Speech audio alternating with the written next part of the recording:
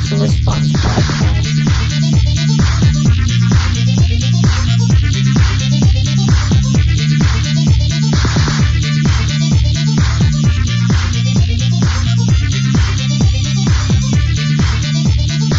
Hey guys, thanks for coming to hear our voices only. I'm wearing a Giant Bomb shirt. It has the logo on it. There you go.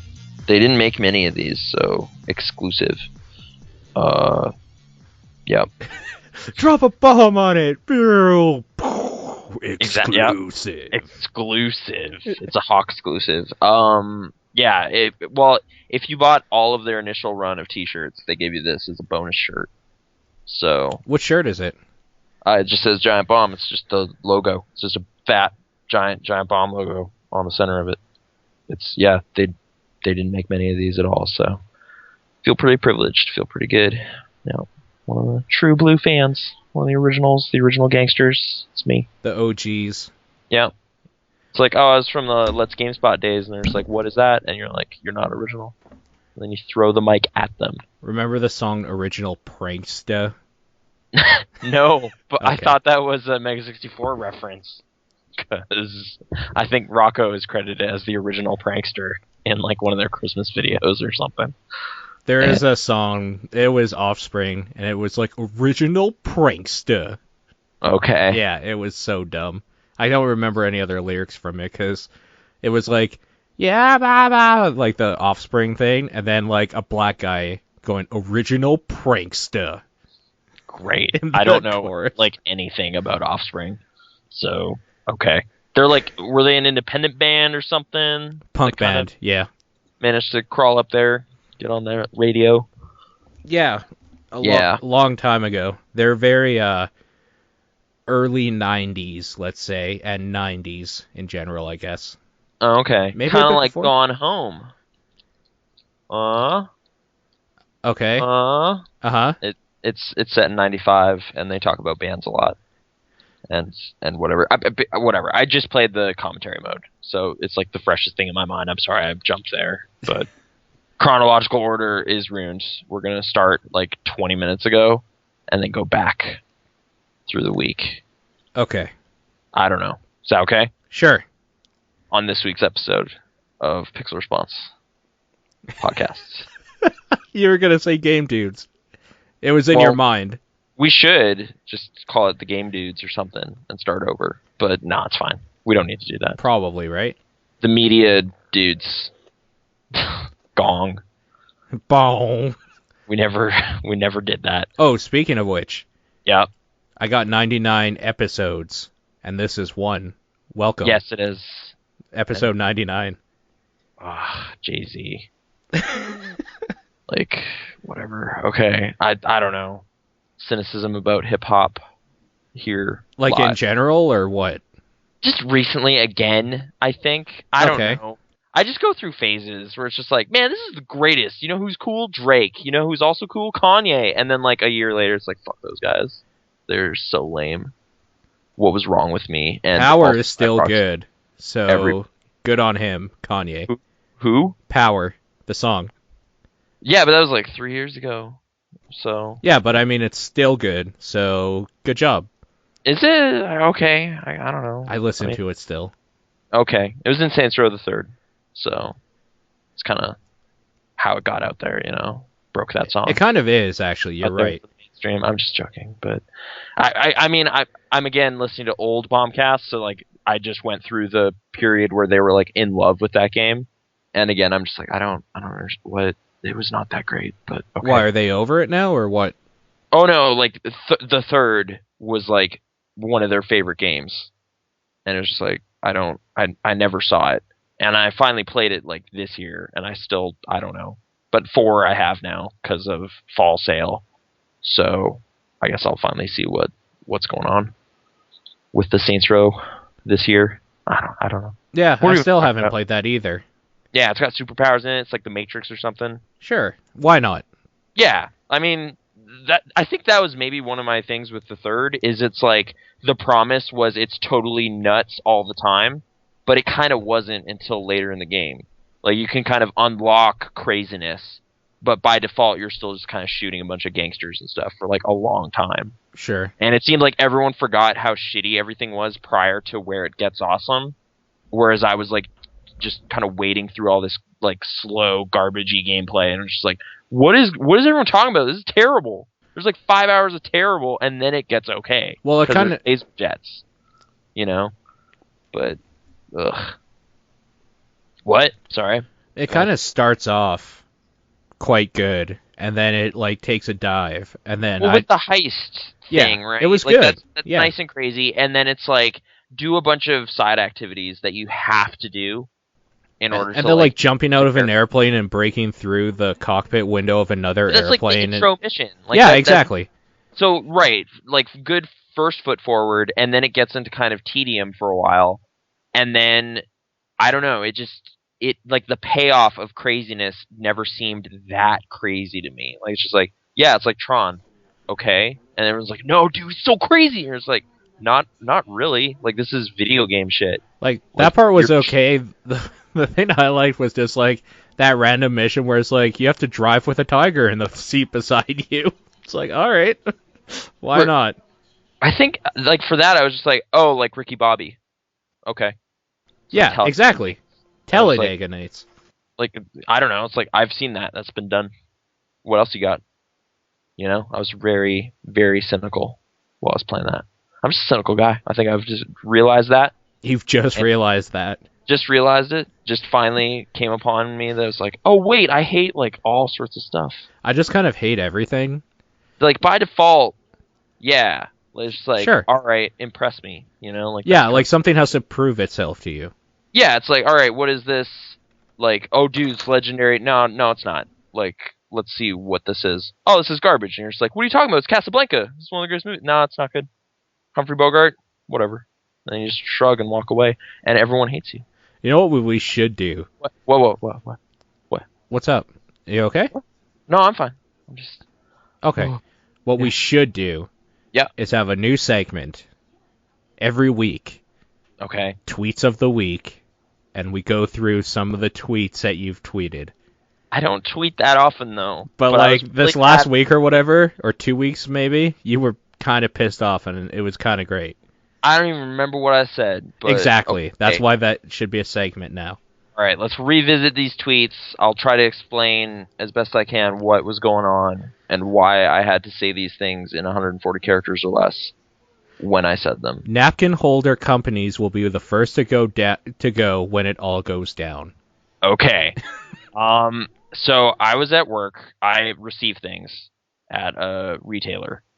I opened a box only to be presented with 8 small boxes inside the box. And I was like, all right, well, this is annoying, and this is going to take a while, but whatever. What do we got? Cut open one of the small boxes. There are 4 little bags in there, and something is wrapped in paper. I was like, what? So I unwrap one of them. There's 2 layers of paper, and then what's in there is a single napkin holder. And I kind of lost it.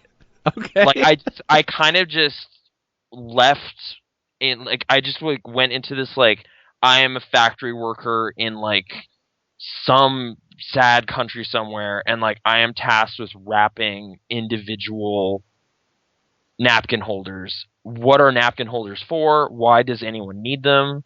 What is going on? How is this my life right now? And I was just so mad.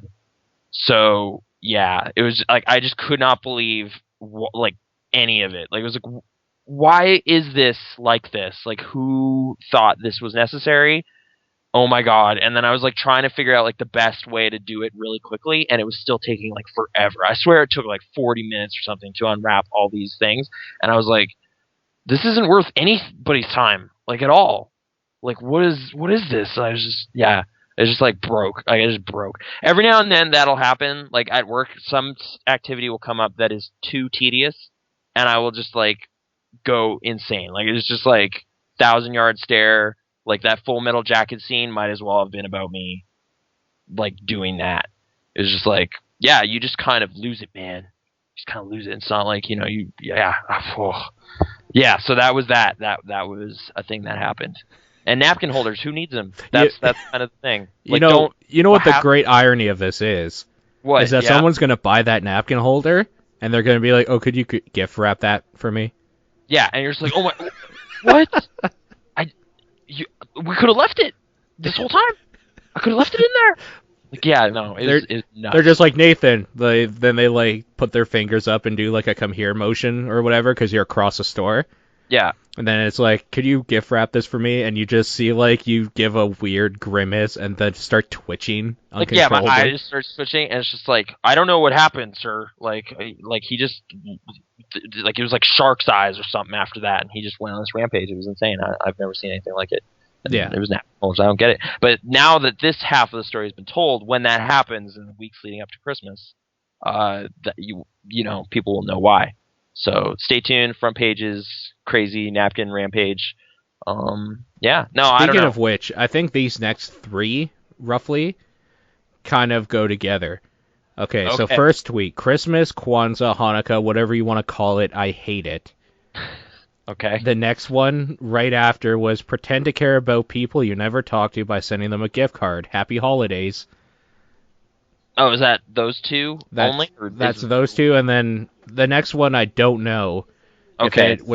It seems like it was part of this, but Charlie Brown Christmas special was right in decrying the commercialism of Christmas, but wrong in suggesting Jesus can do jack shit about it. All right. I guess a couple of topics here, but I think those did all happen within a few minutes of each other. Man, I'm trying to think what it is with Christmas specifically. I mean, we're in the midst of the Christmas season. Like, it is on now. It's post Black Friday. Everyone's buying tons of stuff, and it's just happening. But in receiving, you're kind of on the front line of just like stuff coming, like just Christmas stock showing up, and you're just like, oh my god, there's like, what is going on? Why is all this stuff here? I have no room. Like, I can't even breathe. For me, it was I was a receiver at Staples and back to school. That was rough. Like, yeah, just like these waves of consumerism stuff that happens, and then like just reflecting on it, it's just like, this is so arbitrary. Like, what is this? Like, why?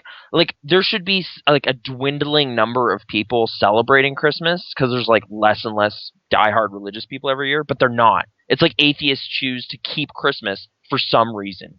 It's just like, what are you doing? Like, you should not do this anymore. But no, it still happens. And then like other religions and other cultures are just like, we need our own thing that's winter centric, that we like buy stuff and do this. And you're just like, why? Why do you need that? Don't do that. But it's just like, yeah, let's make up Kwanzaa. Let's get our own festival going on. And then, yeah, so it's just like creates this thing where like everyone is buying something at the exact same time every year. And it's just like, please stop doing that. Like, just spread it out. Just stop it. Like, is this too crazy? Do you even need any of this? Like, so much of it is just like, I think it was ornaments maybe was the trigger of just like, this is garbage. Like, this is just like, you don't need this. And as soon as you get it, you put it away. Like, that's like a classic Seinfeld observation of like ornaments being the worst gift, because it's like immediately goes in storage. So It's like, thanks for this Christmas wreath, goes in a closet. Yeah. You know, like why is this wreath? What is this for? So I don't know. Like, the impractical nature of so much of this stuff just made me really mad yet again. So there you go. Just getting mad at merchandise as it comes in. And it's just like, this is mass produced, really? Why? Why is this made? And then, oh man, I think I had some sort of just like really negative tone towards just mass production. Like, it's just like, this isn't even unique. Like, why would you buy this? Because you know it's like one of 8 billion. So as you play your Nintendo DS and Wii U. I know, like, that's kind of like the thing. I was like, well, I still buy those, but it's like, well, what I'm doing with it is different. Like, I can choose when I jump or something, right? You know what's weird, but if you think about it in that regard? Okay, so say they mass produce an ornament, like you say, right? There is a machine, or like, there's a machine pushing out this ornament shape or whatever, and then probably another machine putting the little stringy thing and hoops and all that other bullshit on. I mean, God forbid there is some poor sucker standing on an assembly line just like looping ornaments all day or something. I don't think we're back in the 60s or anything, but anyways, So, No, dude, like I guess that was like part of this whole thing with the napkin holder stuff too, is realizing just realizing as bad as like my time is right now, someone else is doing this like way more, and like that's got to be insane. Like for a while I was almost like we should find someone who has to wrap napkin holders and like interview them and be like, how do you do that? Like at all? Like how does your mind not just like fracture? And you just go crazy. Like, how do you do this? sure. And then, yeah, I don't know. And I was just like, nah, that's probably a bad idea. Because we'd kind of be, like, challenging his job for some reason. Anyways, I'd so be doing it. No, sorry. machines. What do you think of my idea, though? Interviewing random people with bad jobs. Huh? I've thought about that before, and I like it. We should do it. But anyways, what I was getting at was like a machine's pumping out this product or whatever. Yeah, but yeah. there's this product. When you make a video game, you only do it once, and then people just kind of share it. You copy it over and over. It's kind of weird, if you think like about it. it's just data at some point. Like that, there's a physical thing you have is totally beside the point. Like I pop it open, put it in the system, and then never really care about it. Right, but I mean that little piece of like plastic and reflective paper and shit that the data is written on is pointless. Yeah, it's just kinda. the data. That's kind of weird to me. Like, why does that exist? Why do you need that? Well, just like when you mass produce a whole bunch of stuff, you have machines or whatever, and they're pumping out like hundreds of a product. But like to mass produce a game, you only need the product or the data once ever, and then after that, it's just printing them on the disk or whatever. Mm-hmm. It's kind of weird. I don't know. It's just like a real weird turn of the century sort of thing if you really stop to think about it. Like the craftsmanship of it is so rote or whatever. Like it's just because like back in the day, you would get a board game and there'd be like people or machines printing out like the board game over and over and over, and every single one was a finished product. Now it's just like data in a machine, and you can download it from the internet and pay money for that privilege, or you can buy it in a store on a disc. It's just kind of a weird change of things where it only had to be made once and reproduced thousands of times. And infinitely copied. Yeah. Whereas like you can get a book with like a misprinting in it or like some sort of binding issue. Whereas it's just like a disc is almost the same, like literally the exact same across all of them ever. And yeah, and like the art of that stuff is kind of gone now. Like, you know, like elaborate packaging or like weird pack-ins or like detailed manuals. Like I was just looking at the Super Mario 3D World manual. It is like a single sheet explaining the controls, but in like 6 languages. So it's like people in like, I don't know, France and Mexico have like the exact same thing. It might just be folded a little different. And it's just like, this is just so generic. Yeah. I guess the word, right? Like, it's just generic. It has no love went into that part of it at all. But does there need to be? I don't think so, myself. I guess not, but like, I mean, that it's kind of this weird thing. I don't know if it's just like a nostalgia problem or whatever, but like, I have taken to buying old versions of books just because I like the cover art more. Sure, yeah. Like, it's just like... Same thing with old movies, actually, too. Like, oh yeah, like just... Well, movie art is typically bad. Like, a lot of cover art. It's so good, though. But it's, like, worse than the posters, even, sometimes. Like, it's just, like... No, I'm talking about, like, your Star Wars or whatever, when they commissioned a real person to do it, and not just, like, got a dude to throw the, like a couple, like... Sylvester Stallone over top of a red background as the cover. Well, but even in, like, big movie stuff, like the No Country for Old Men poster is the one that comes to mind. Like, the original poster is, like, you know, Javier Bardem's eyes in the background, and then, like, silhouette of Josh Brolin running, and then there's, like, a briefcase, and then there's No Country for Old Men, and you're just like, okay.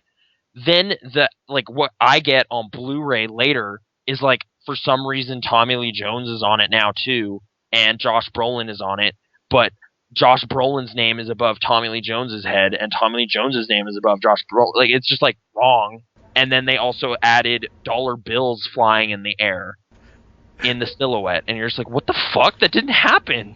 Like, at all. Or the ones that are just, like, now on DVD, and it's literally just, like, a screen cap sort of Yeah. thing for the cover. It's like, hey, I remember that scene that I am looking at on the cover of this movie right now. That's always a good one. I have a hyper-specific example of that. This week, we watched Ghost Cat on Netflix.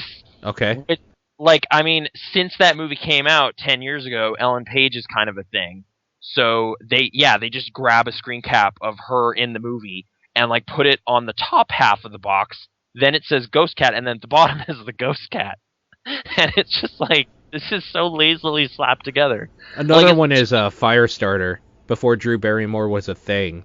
Yeah. And then when she was, it's like, now it's her first movie, and it has that huge letters on it.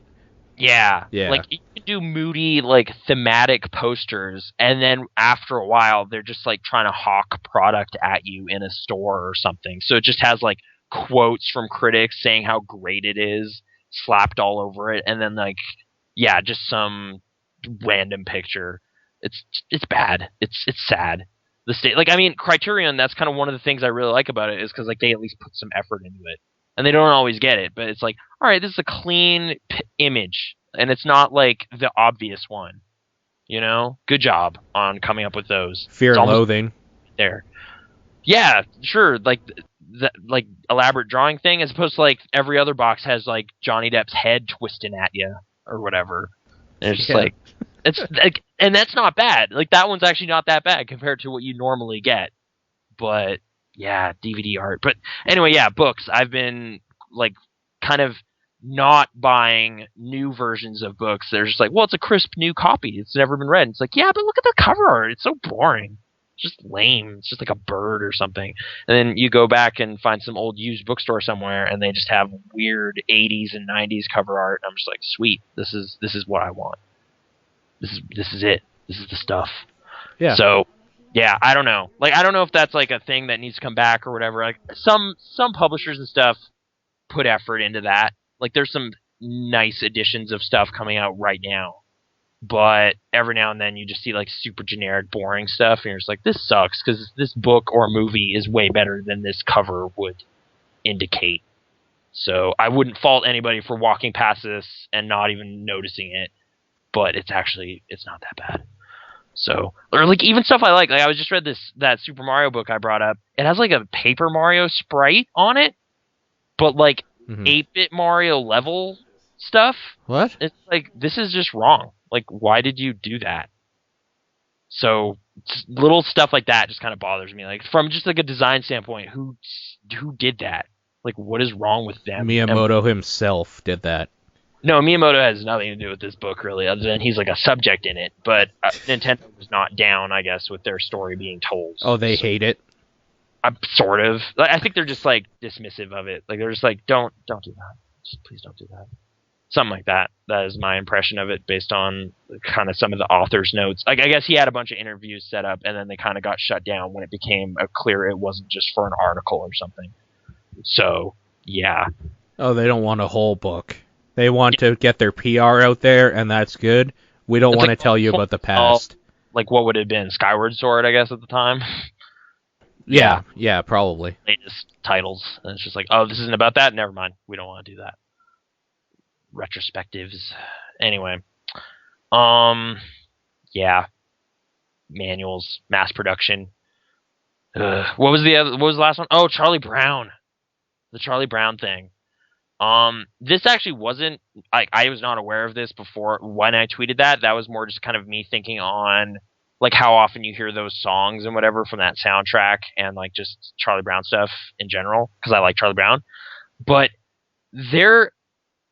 it made me so mad when I saw it. Like, we were just in Safeway. I guess the theme of this week is getting really mad at Christmas. There is a licensed product called the Charlie Brown Christmas tree. Great. Oh, yes, I know about this, actually, which is pathetic. But, yeah, go ahead. Well, my issue with that is in the Charlie Brown Christmas special that is a reference to, Charlie Brown himself is so mad at how commercialized Christmas has become. Like, it's like, so I would just looked at that and just like started just like freaking out, because it's just like, this is so profoundly hypocritical. Like, this is exactly against the point of that that movie, who at Paramount or whatever did this and felt good about themselves. Like, this is the worst thing. You're just like, you might as well just go to Charles Schultz's grave and just dump a bucket of shit on it. It's the worst. It's so bad. Holy crap. All right. Oh, like, I was just like, this is the most insulting thing. I can't believe this is a thing. And then it's just like, no, whatever. And then, like, just thinking about it, it would be like, a lot of relatives kind of know I like Charlie Brown. So that's like their go-to thing. As like, what should we get for Nathan? I don't know. Charlie Brown? And you're just like, okay. And like, that works, I guess. Like, that, fair enough. I do like Charlie Brown. But then, like, the thought that someone could look at this and buy it and think it would be a good idea would just be like, oh, you know, like, how would I react to opening that or getting that? Like, I don't know what I'd do. I would be very rude, probably. And that's just how it would be. This makes me want to wear a GoPro and give that to you for Christmas.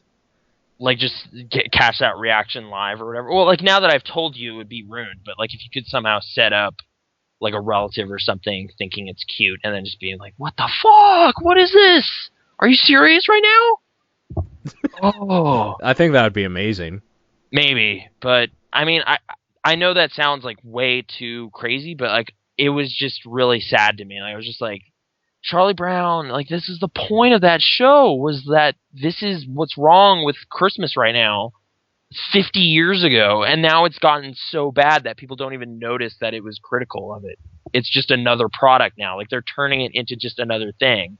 Like, Charlie Brown is just now another thing you buy at Christmas, and that just, like, grosses me out. So, like, it was about something, man, and now it's just part of the problem. Now it's all ruined. It's all ruined. It's just, So yeah, Christmas. Do you, like, I don't know how to feel about Christmas anymore. Like, when you're a kid, it's just like, sweet, you get stuff, and it's cool, and there's turkey and whatever.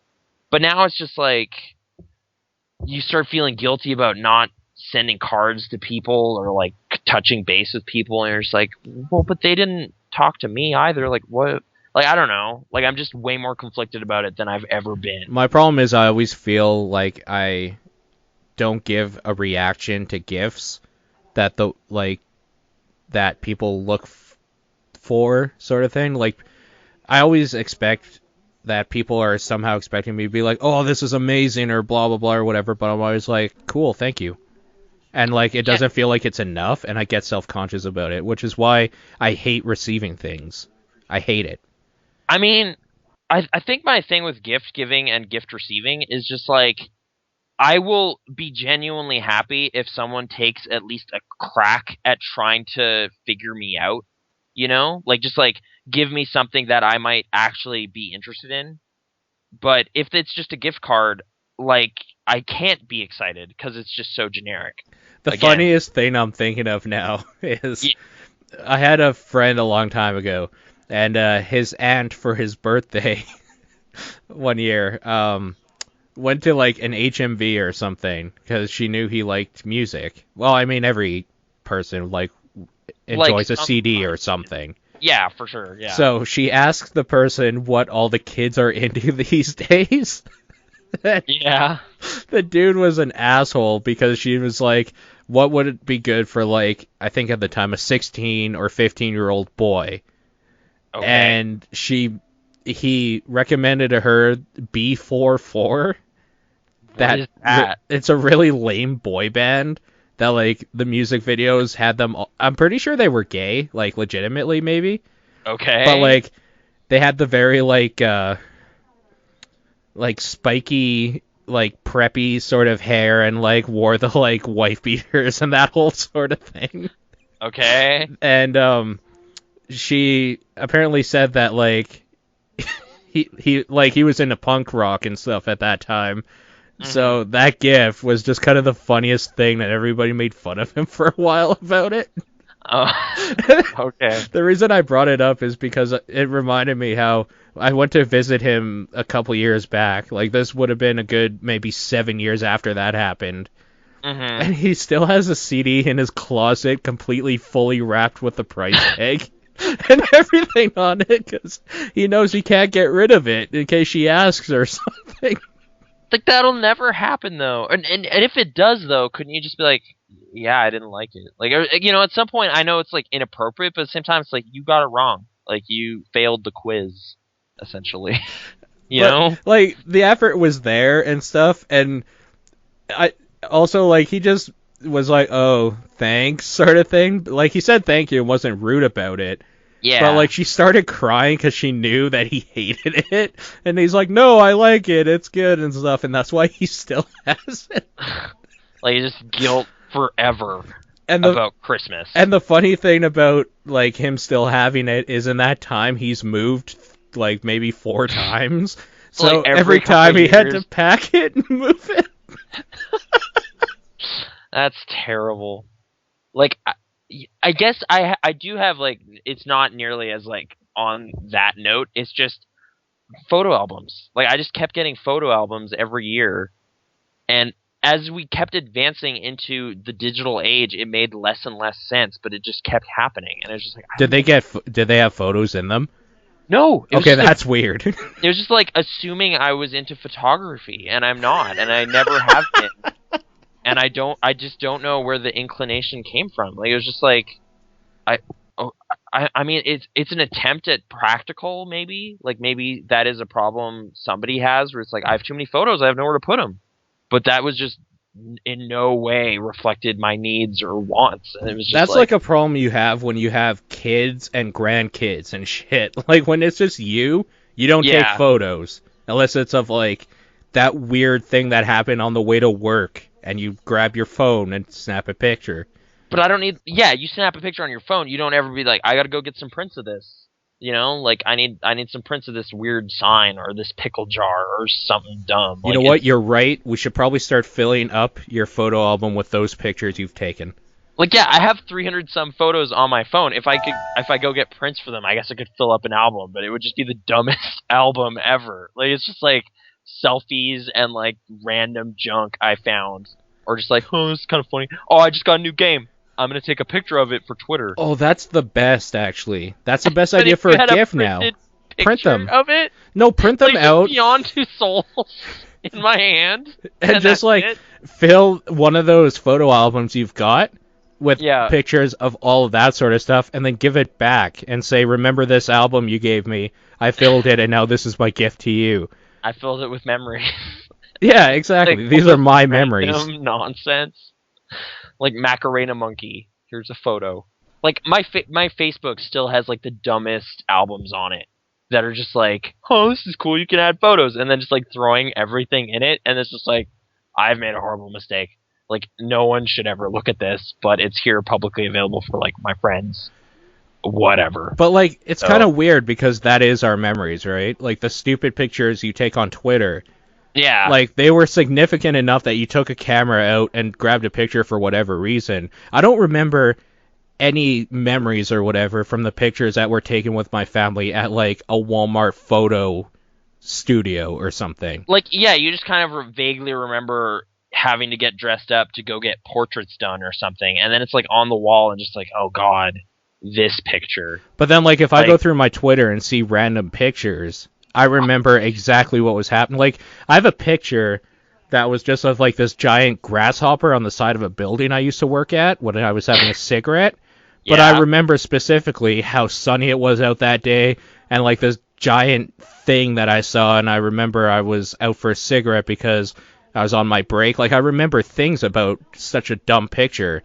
And there's, like, pictures at my parents' house of all of us, like, at a photo op studio or something.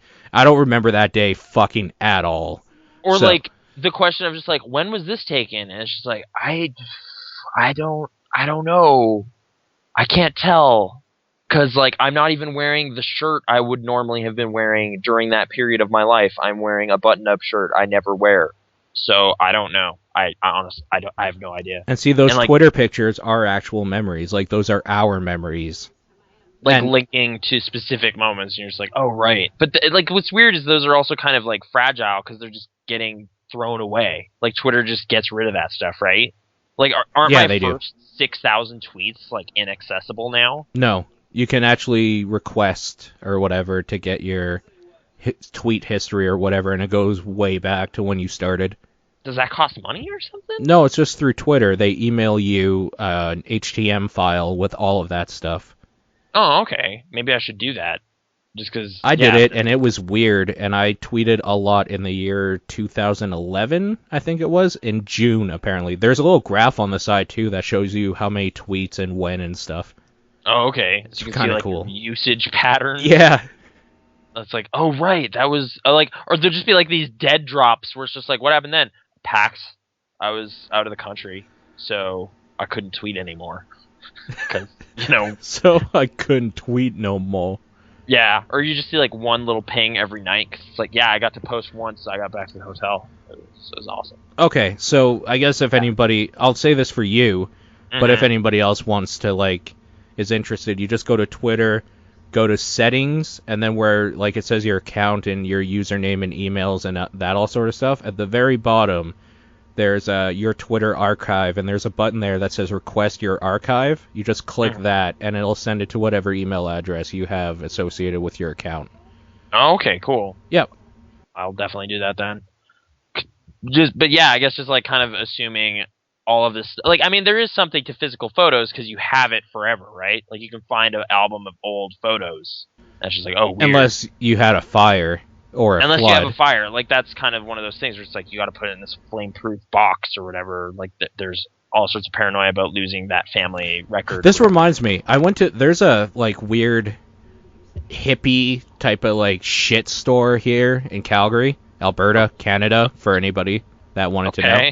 And they sell like antiques or something. I don't know. They're like one of these like, oh, retro is cool stores. Okay. And at the front counter, there's like, where you would put business cards or whatever, the front counter, or like little trinkets or whatever you can buy. One of the things they have there for sale are just random people's old quote-unquote retro photos for $1. And that is the creepiest fucking thing. Like, why would I buy a old photo of like grandma something? I don't know. I can't think of a name right now. Like Mabel. Or whatever, you know what I mean? That's like a great aunt name. Okay. Yeah. Like somebody else's family memories. Like, it's just like, this is creepy and not only are you not just like, yeah, I'm gonna take this or whatever because that person's probably dead and nobody wants this photo because they were a hermit, but you have to pay them $1 for the opportunity. Like, fuck them. Just gross. Fuck them. Yeah. You know what else? Sorry, we'll roll into what else I was going to talk about. Keep going. Oh, like, I don't know. That honestly just kind of reminds me of, like, posthumous publication of stuff. Like, it's just like, oh, you shouldn't have done that. Like, this was a private thing. Like, why would you print that? Like, Emily Dickinson, as far as I know, wasn't a poet, really. Like, she wrote stuff for herself. She was a poet. But you shouldn't know about that. But her stuff's been kind of, like, dug up and put out there, and I don't know why that happens. It just weirds me out. That's like, I mean, not in the same way, because he totally endorsed it and loves it because he gets money from it. But there's a full book that is literally just all of Kevin Smith's tweets in a book. Okay. So it's like, all right. Do they edit those, though? No, like, it's like, not really, I don't think. Tweets? Because... It doesn't matter, because I'm pretty sure he tweets like 100 times a day. So... okay. I don't know. Like... this kind of weird, trivial content. Like, I mean, like, some of that stuff is just so temporal, right? Like, it's like, this is immediately nonsense after it happens. Like, it's so of the moment that, like, putting in a book just seems kind of like, why are we preserving this? Like, this doesn't matter enough. Okay, let's keep rolling on here because you have a few more tweets I wanted to read out because they're hilarious or whatever. It's a long segment. It's a really long segment, but we've covered a lot of things. Now, this was Aaron's personal favorite, and like we were laughing really hard about it on the way home one day. Okay. You know what needs more raining on? Parades. Hashtag fuck parades. Hashtag Macy's Thanksgiving bullshit, am I right? Her favorite thing was fuck parades. That was like the funniest thing to her. And she agrees with you. She hates parades. So. Okay. Good. Where did this come from, though? Well, I mean, it's like mainly that phrase like, don't stop raining on this parade or whatever. Like, you know, like where you kind of apologize for raining on someone's parade, and then you say something mean. Like, I guess I figured like I was just saying so many like negative things, but at the same time, I was just kind of being all uppity and defensive about it or whatever. And then, I don't know. Then it came to mind like, oh yeah, right, the Macy's Thanksgiving Day Parade is today. What? And then just, yeah, rolled that into that. I'm going to quickly say what my favorite tweet was out of this last week. Okay. And it's just for the hashtag, because I laughed really hard at the hashtag, because I don't care about the subject matter at all. Okay. And maybe a snap judgment, but Tennant greater than Smith. Dude just isn't interesting to watch. Hashtag Doctor Who cares. That is actually a reference to the late great Ryan Davis, who posted his dismissive thoughts about Doctor Who with that hashtag. That's such a great hashtag, though. Made me laugh so hard. Okay. Yeah. And I mean, like, other than that, you were talking about how Richard Curtis is a bad person with bad ideas. How you want to play Nintendo all day. Stuff like that. Like, well, that's like was like how snowy it was. Like, it was just kind of like I was right back in that thing where I'm just like, I just want to stay home. Like, every impulse is just like, I just don't want to go anywhere. But like, because someone's promising to give me like some dollars, I'm willing to go across the city to do this thing. It's just like, this is so terrible. Like, it's just like work as a thing. Like, I don't like that occupies such a huge percentage of life. And everyone hates it. You know, like, it's like working for retirement or working for weekends. Like, it's just like, well, why don't we just, like, stop the whole thing? Like, why don't we just don't do this anymore? Like, just as a thing. You know? Yeah. Like, if you come up to me and say, like, hey, can I just have this? I would be like, yeah, I don't care. Go ahead. Like, whatever. And that's when society crumbles. Kinda, yeah. And I'm totally game for it. Like, let's do it. Let's finally just throw it all away. And you know, like, I don't mean to be a complete asshole about this. Yeah. But for someone that, like, isn't, like, an MMA fighter or has, like, skills with, like, shooting or something, yeah. you sure seem to be prepared for everything to go to hell when you can't fight back. Well, like, I don't know if it's, like, literal fights is what I'm looking for. Oh, it would totally happen, because what happens when there's 5 people that want one thing? But why do they want it? Like, just, unless it's food, it doesn't matter, is kind of the thing, sure, right? Of course. So, or medicine, I guess, in some cases, like the Contagion riot or whatever in that movie. Because people are just like that. They always have. It's why communism won't work. Like, in theory, everyone is selfishly inclined. Sure, of course. Yeah, like, oh, I know. I basically had a conversation about this yesterday, how, like, everyone has their own little personal network that they care about. You know? And then past that, like, it's just like, it might as well not exist. Like, you don't know that person, so it's like just an obstacle at some point. But, like, even at that point, that network gets really, really short the worse things get. Oh, yeah, no, I know. Like, there's a small number of people that would be, like, dependable members of the network, I say, if something went really bad. Like, it's just like, who are you going to turn to? Like, 6 people. Like, you know, like, I'm not going to be like, oh, well, I'm sure this will work out, like this person I haven't seen. No, don't. You can't trust them anymore. It's over. Like, that part of humanity is done. You know what a good way to find out what your network is? Dystopic media talks about what? How's that? A good way to find your network. When you have to move, give everybody on your friends, quote-unquote, friends list, 1 day notice. Okay, and see who shows out of up. the, like, 100 people, the 10 that show up are dependable. So there you go. That's okay. Because nobody wants to help people move. Like, it's just a shitty time overall. It's just, it's garbage. You don't get anything out of it. You're helping someone out. Like, you're taking time out of, you could be doing other stuff to help someone out. And if you have even less than, like, a couple days notice about it, you're just not going to do it. There's going to be excuses everywhere. That's how you find out who's dependable. And it usually boils down to family, and even then, maybe just, like, your, like, not your whole extended family, but close family. Yeah, your, like, in-house family. Like, I can't tell you how many moves I've done with one person and my dad and my brother. Like, Yeah. it sucks. But then at the same time, I don't want to put people out to want to have to make an excuse. I just won't ask people. Like, I'll say, I'm moving this day. And then if they offer, then I'm like, okay, cool, then I could use you. But if they don't, then it's like, well, I'm not going to bother because if you don't, like, want to help me, I don't want you around me, sort of thing. Yeah. That's probably I a don't bad think way I to go really through stuff, though. I didn't ask for help last time I moved, and it was like, I thought it wouldn't be a big deal. And It then sucks, started dude. It becoming- sucks so bad. As, like, time pressure came on, it's just like, oh man, there's way more stuff in here than I thought. Like, literally all of this has to go, including the fundamental stuff that I kind of don't care about. Uh-oh. And then you're like, can I leave this? No, you can't. Get it out now. Oh, but I don't okay. want this table anymore. How did it even get in here in the first place? And then you're like, it doesn't matter. Get it out. This is my building. Get out. It's like, I murdered that table. I killed it. It I've started done that a few falling times. apart Yeah. in the stairwell or whatever. I was just like, all right, this is happening. And then just like ripped the legs off, and then that was it. This is broken now. This is garbage. we used to live on a second floor, like, condo thing.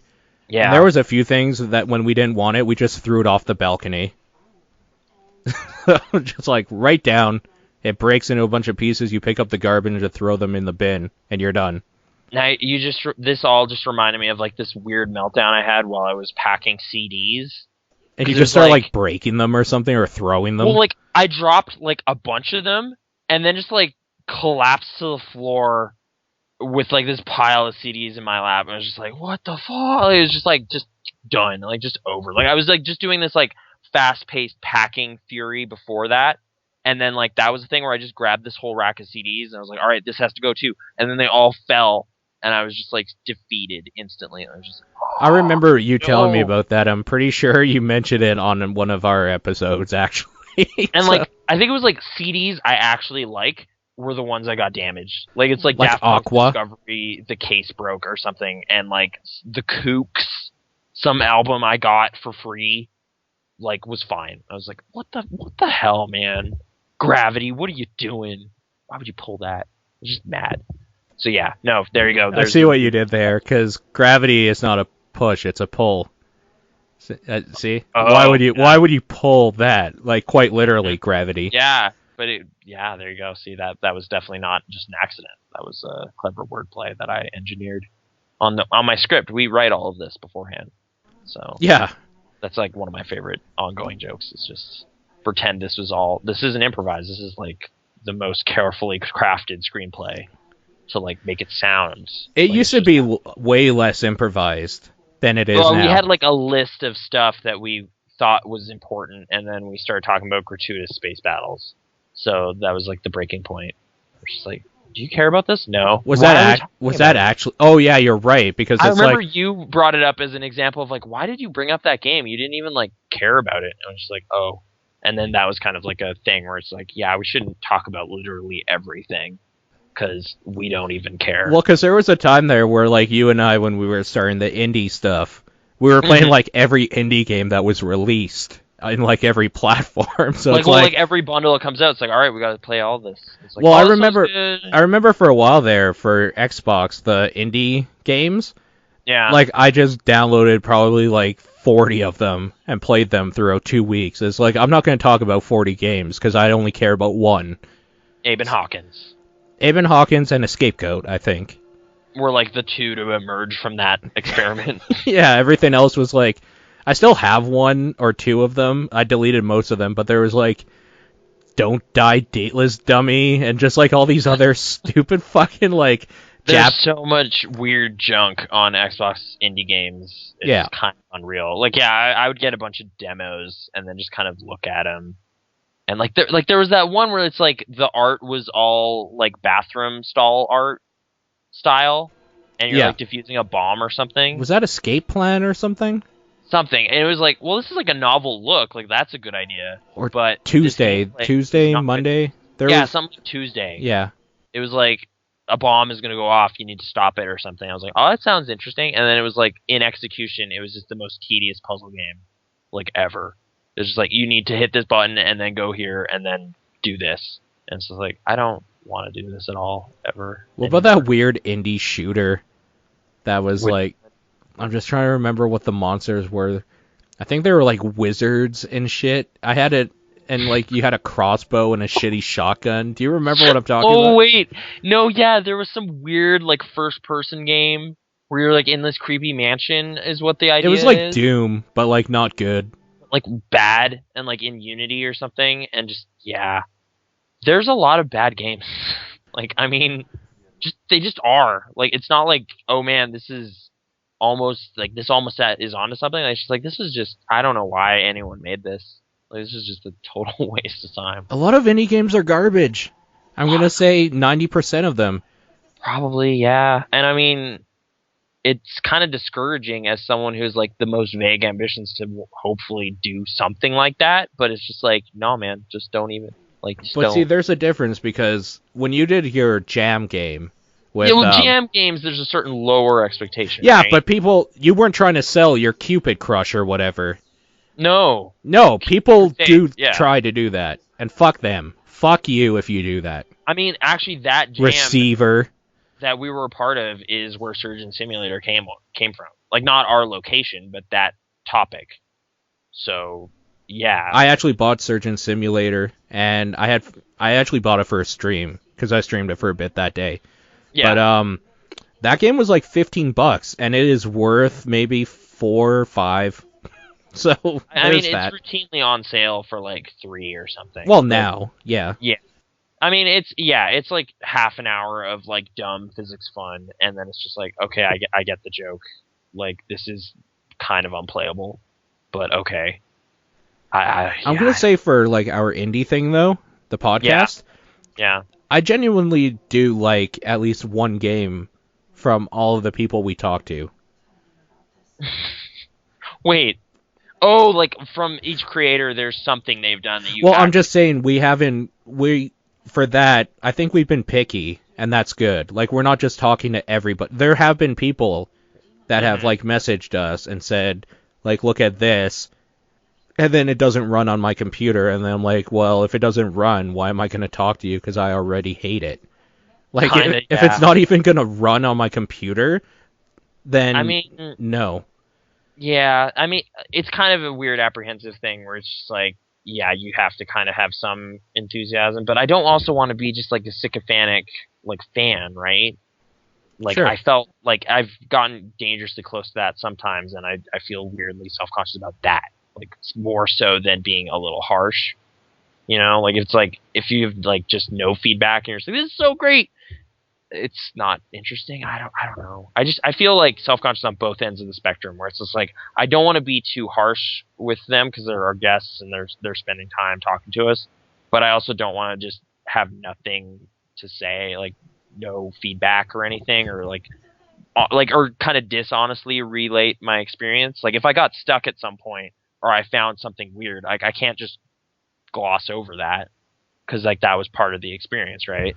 Uh-huh. So I don't know. It's kind of a dicey thing. That's kind of why I think that's why they're the most stressful podcast we do. Like you can't cut loose the same way. It's just like, oh yeah, I gotta be careful because I don't want to like offend somebody or say something weird or I don't know. Like I get all those butterfly thoughts. But see, I don't have that problem because I feel like we have, maybe not for you so much, but I've definitely chosen talks with people where I genuinely enjoyed, for the most part, their thing. Mm-hmm. And, like, it would be stressful to talk to somebody that was just like, I fucking hate your game, so what about that? Then hand the mic over to them. Right. Yeah.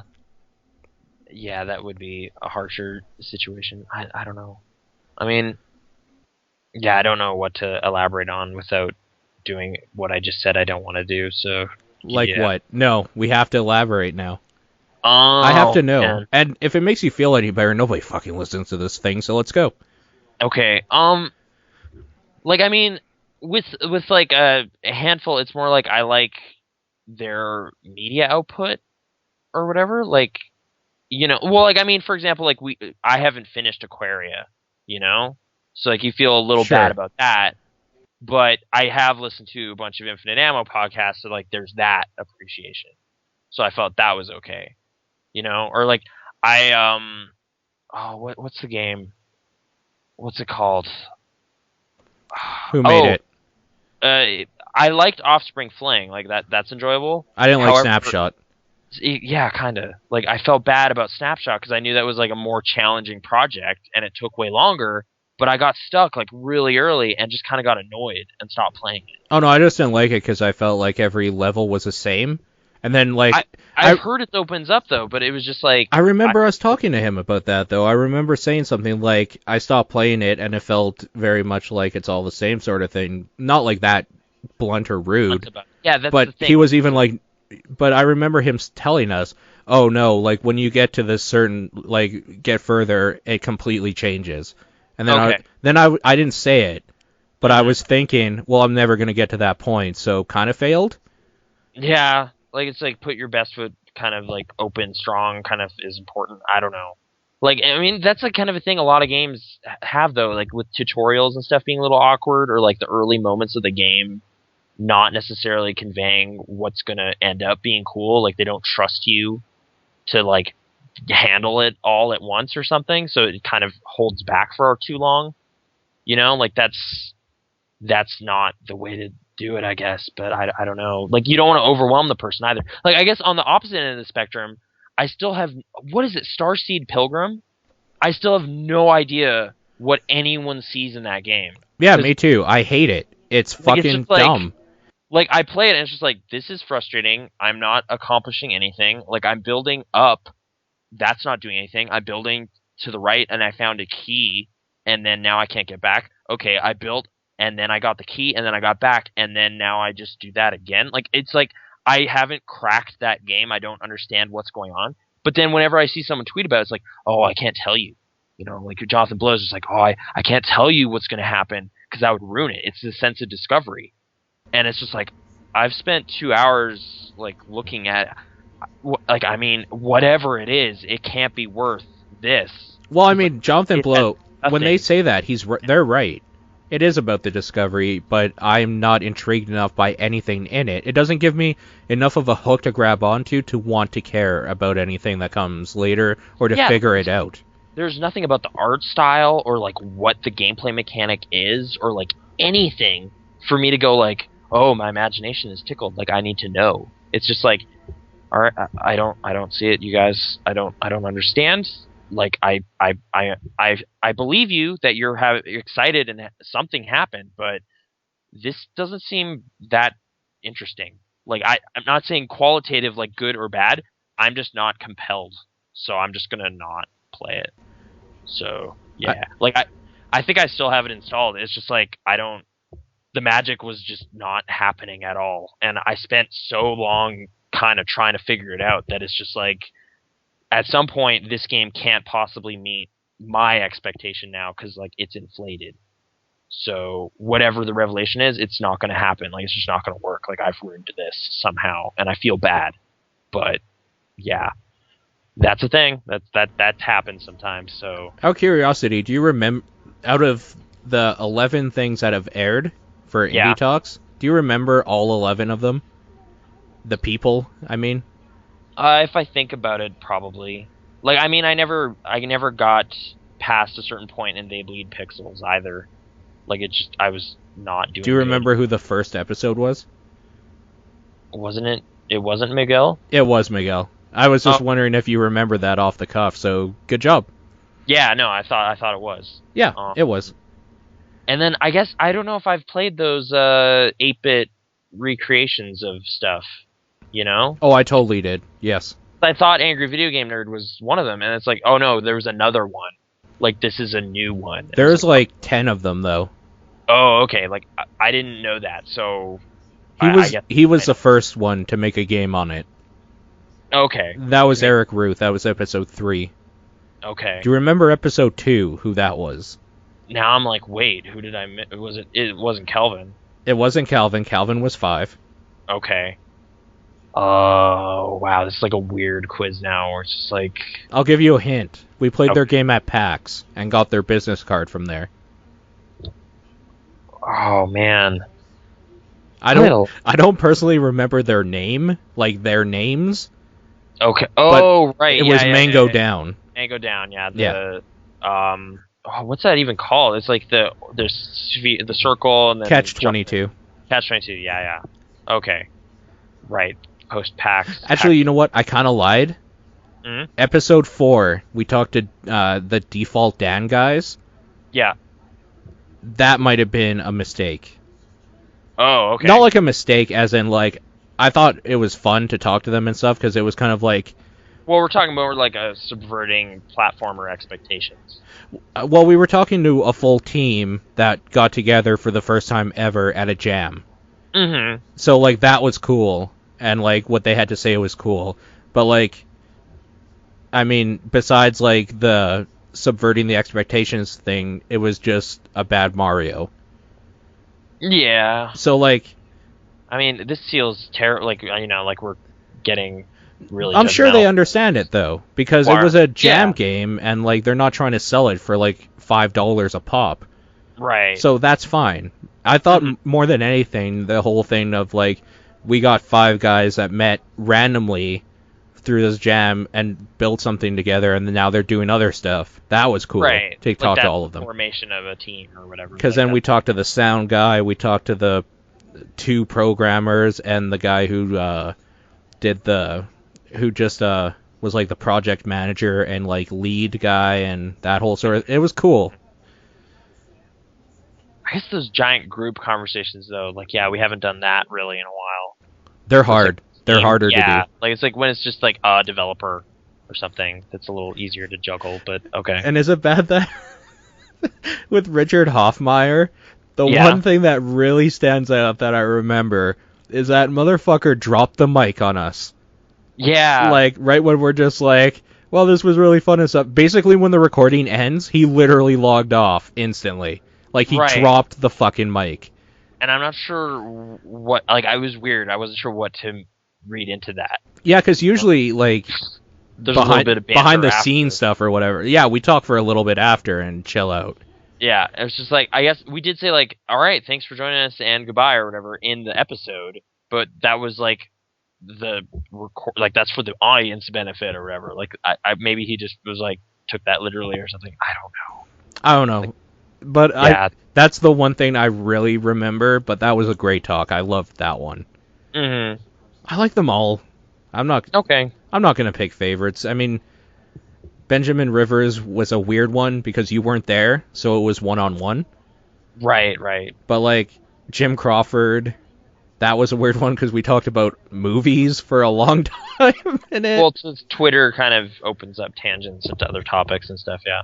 And then, like, Vieko and Mike from LaGrudge and Rugged, Crunch people. That was kind of just, like, shooting the shit, and then we started, like, meeting up every now and then. So that was kind of weird, but we got some other stuff coming. I gotta release Ed Key. I feel so bad, because... Well, that one was, like, the weird late-night one that was, like, just for a us. giant... What was it, like 2 in the morning for us? Yeah. No, it was really late. And I was, like, just home from back when I was, like, working. That was a long time ago. That was so long ago. I know. I had, like, a different job then. It was, like, a year ago. A literal year. Wow. So in honor of the Vita version coming out. I mean, I guess, but... Yeah. And also, like, not to get too far ahead, but Lucas Pope, we have to talk to. That dude is in Japan. So... What? Yeah, I know. So, like, 2 or 3 o'clock our time is, like, 2 in the morning for him. Why is he... Like, did he just move or something? I don't know. I have no like, idea. He was at PAX Seattle. Like, I can't imagine he would fly out. But this is why it's been hard to schedule time with him, and why I haven't even bothered saying, yo, can you make this time? Because every time I talk to him, and it's like, does this work for you? He's like, dude, that's like 6 in the morning. I was just like, oh, okay. So this is going to take some doing, but we'll work it out. Okay. And he does seem genuinely interested, because he has messaged me before without, like, me messaging him and saying, hey, I still want to do this, can we? And that's cool. So I do want to talk to that guy, and I know you do, because you love that game.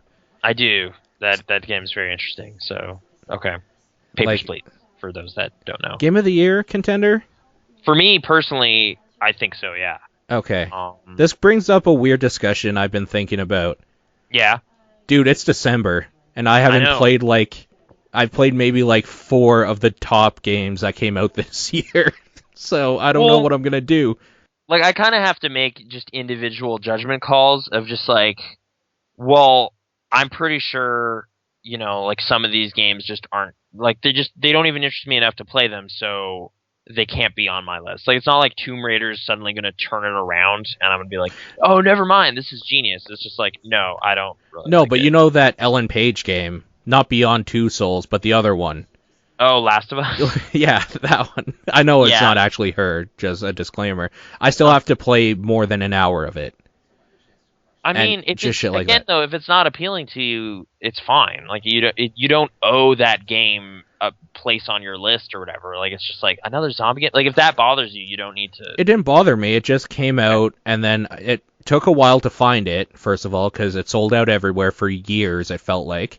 Yeah. And then when I got it, the zeitgeist was over, and other stuff had come out. Oh, okay. So I don't know how I feel about it, but, like, how do you feel about betas? Can a beta be on your Game of the Year even though it's not out?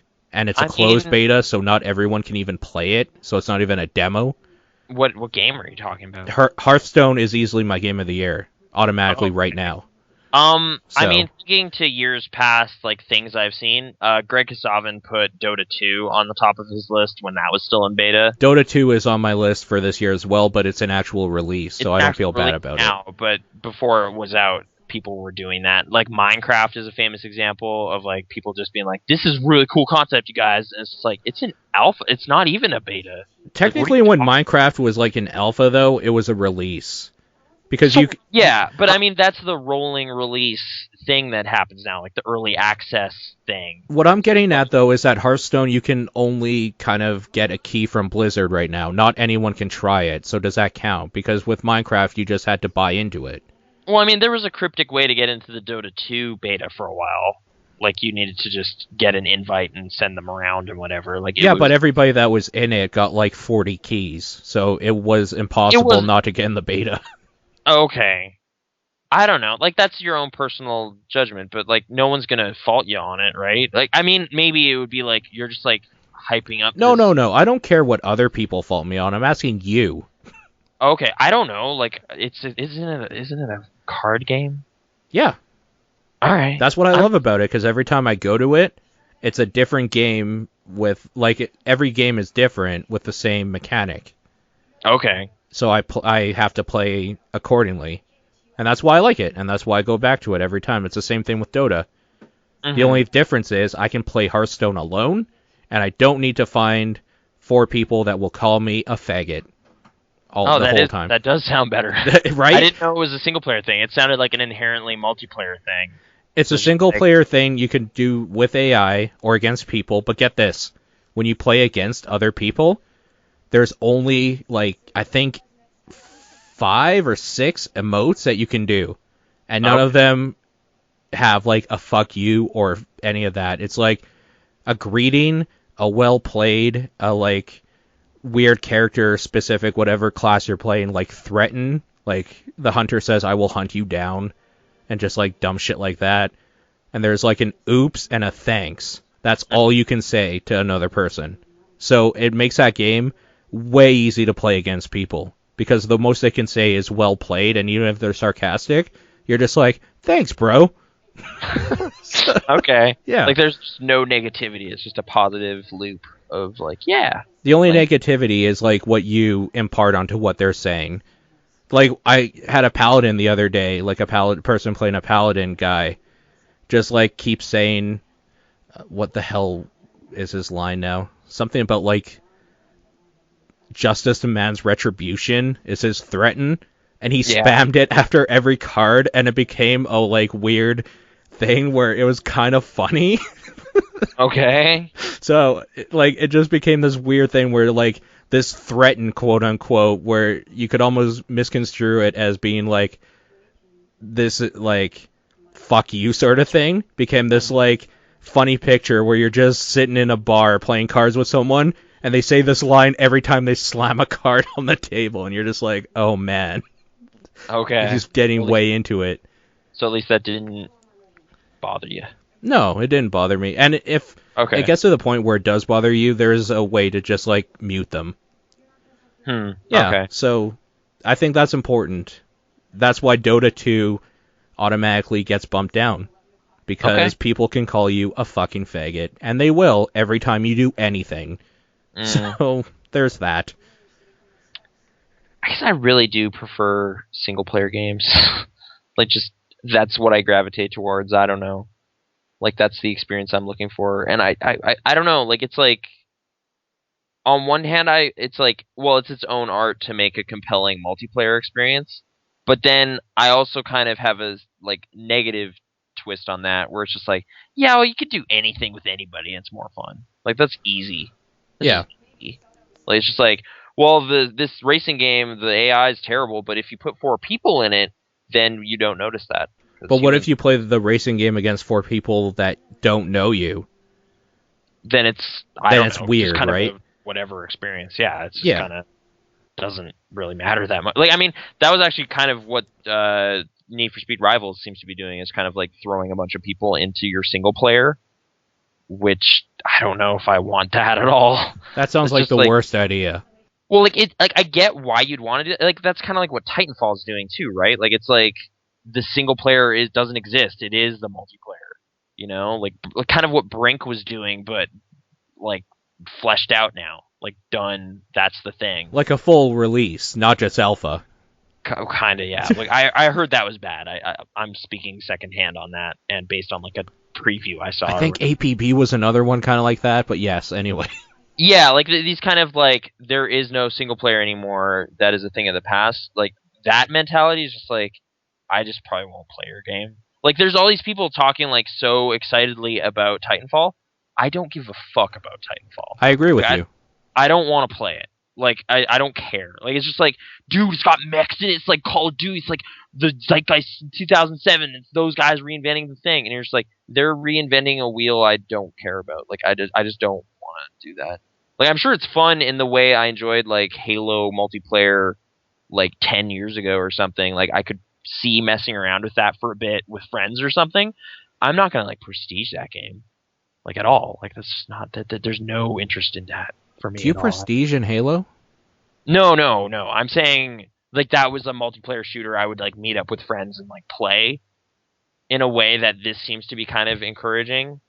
So, yeah, no, Call of Duty, I mean, is the prestige thing. I just mean, like, I don't get caught up in that thing that way. Like, even Sure. CS, like, I have history with Counter-Strike. I messed around with Go for, like, a couple weeks, and then I was like, okay, that scratched that itch, but I'm good. I'm going to play real games now. It also doesn't help that, like, maybe correct me if I'm wrong. Mm-hmm. You get super competitive.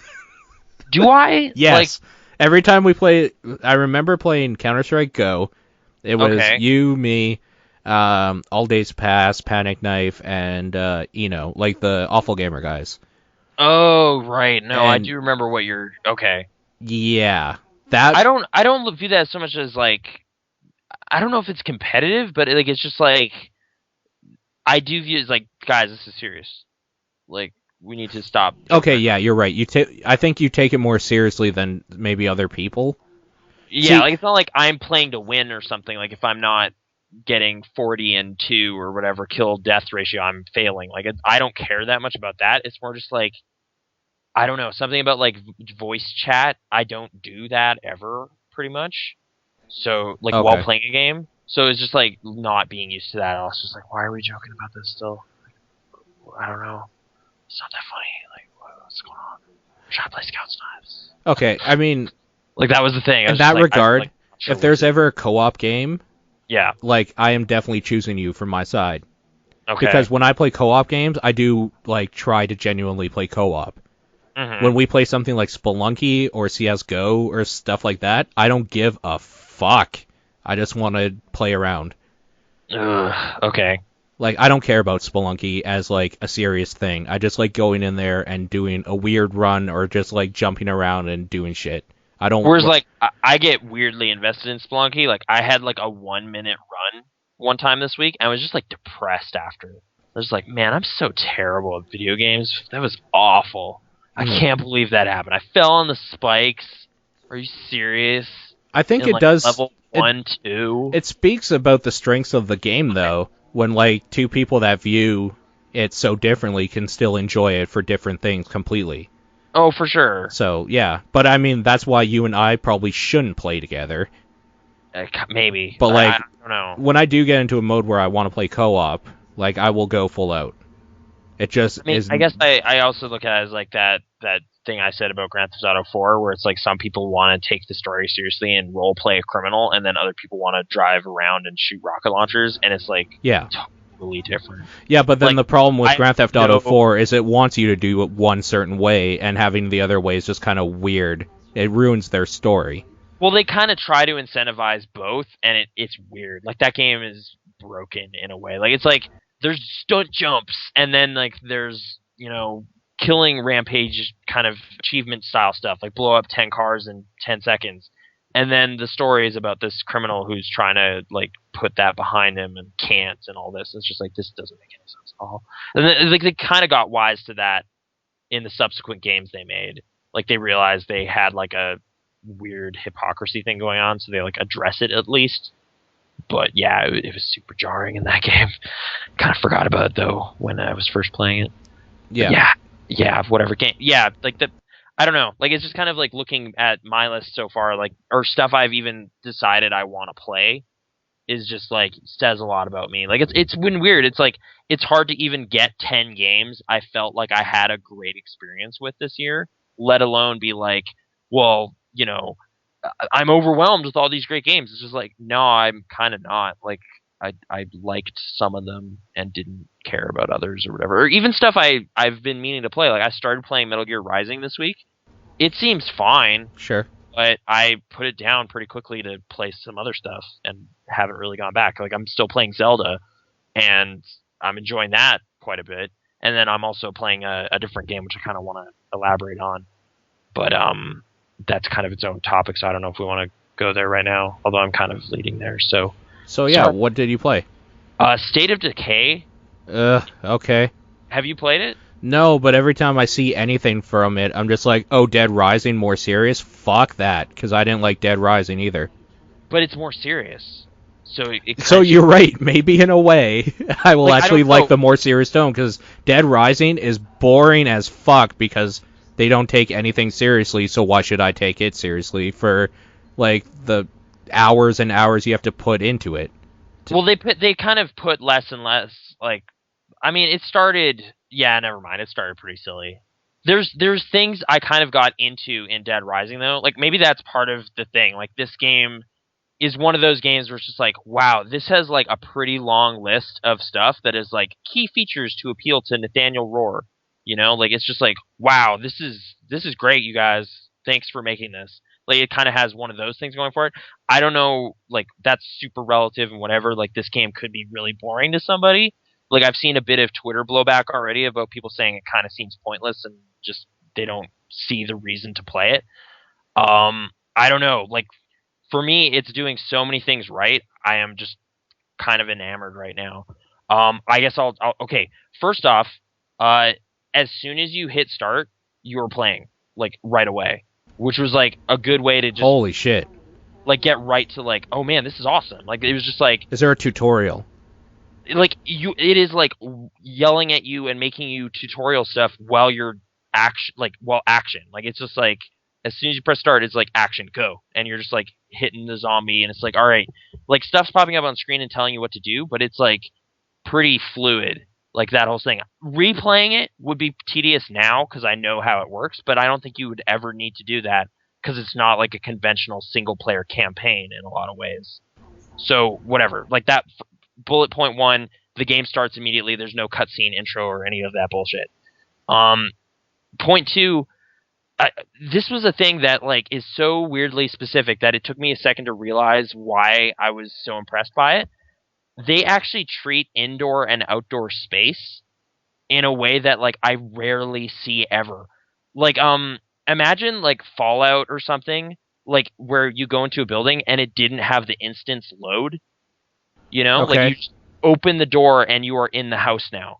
And then you jump out the window and you are outside. Like, there's no loading break for that kind of stuff. You know? Okay. And, like, that seems like such a small thing, but I can think of maybe 2 games I've like ever seen do that like this, and one of them is The Godfather, which I thought was garbage. But you could You like, and everyone else in the world, by the way.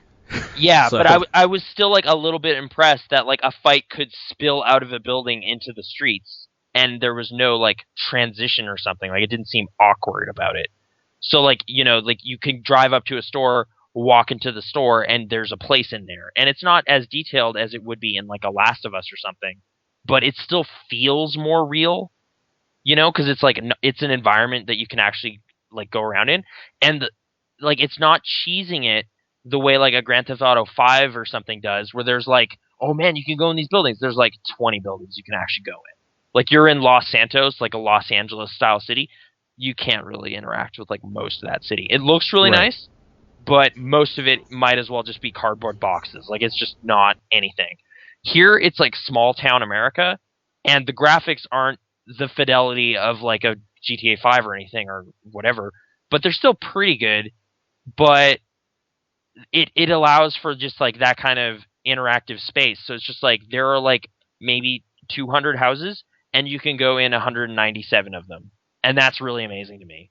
Like it's just like, oh, I'm just driving to this town, and I'm going to pull over at this gas station, and I can actually go inside that gas station, and there are things in here, and I can like search and find materials and whatever. It's an action RPG, but the way it treats its open world stuff is just like, I don't know. Something about it is just giving me this like rush of just like, this is, wow, this is really cool, that it's keeping me in the experience like the entire time. It's not like popping a load screen to make me do stuff. Like it's like go hit the button near the door, and then Skyrim or Oblivion, like it fades out and fades back up. That fade out, fade in kind of breaks it just a little bit. You don't even notice it's happening, but it takes you out of it just a little bit, where this game keeps you in. And I was just like, man, I was just so impressed by that. But yeah, I mean, it's a zombie game. It's a zombie action game. I've kind of come to terms with that a little bit, of just like the zombie game framework is kind of perfect for video games, because you have a bunch of fodder enemies, and it keeps like it makes action at least make sense morally, I guess. okay. You know, like it's a universe where it's like, that's just a monster, you need to kill it or it'll kill you. And there's no like weird questions about it. Like Call of Duty, you're mowing down hundreds of dudes, but it's like, these are people, like what's going on? This is not nuanced at all. This is like a really two-dimensional thing, and it kind of bothers me. Whereas this is like, it's a zombie, don't worry about it, and that's fine. And then they also have like trust mechanics and stuff with like the human NPCs.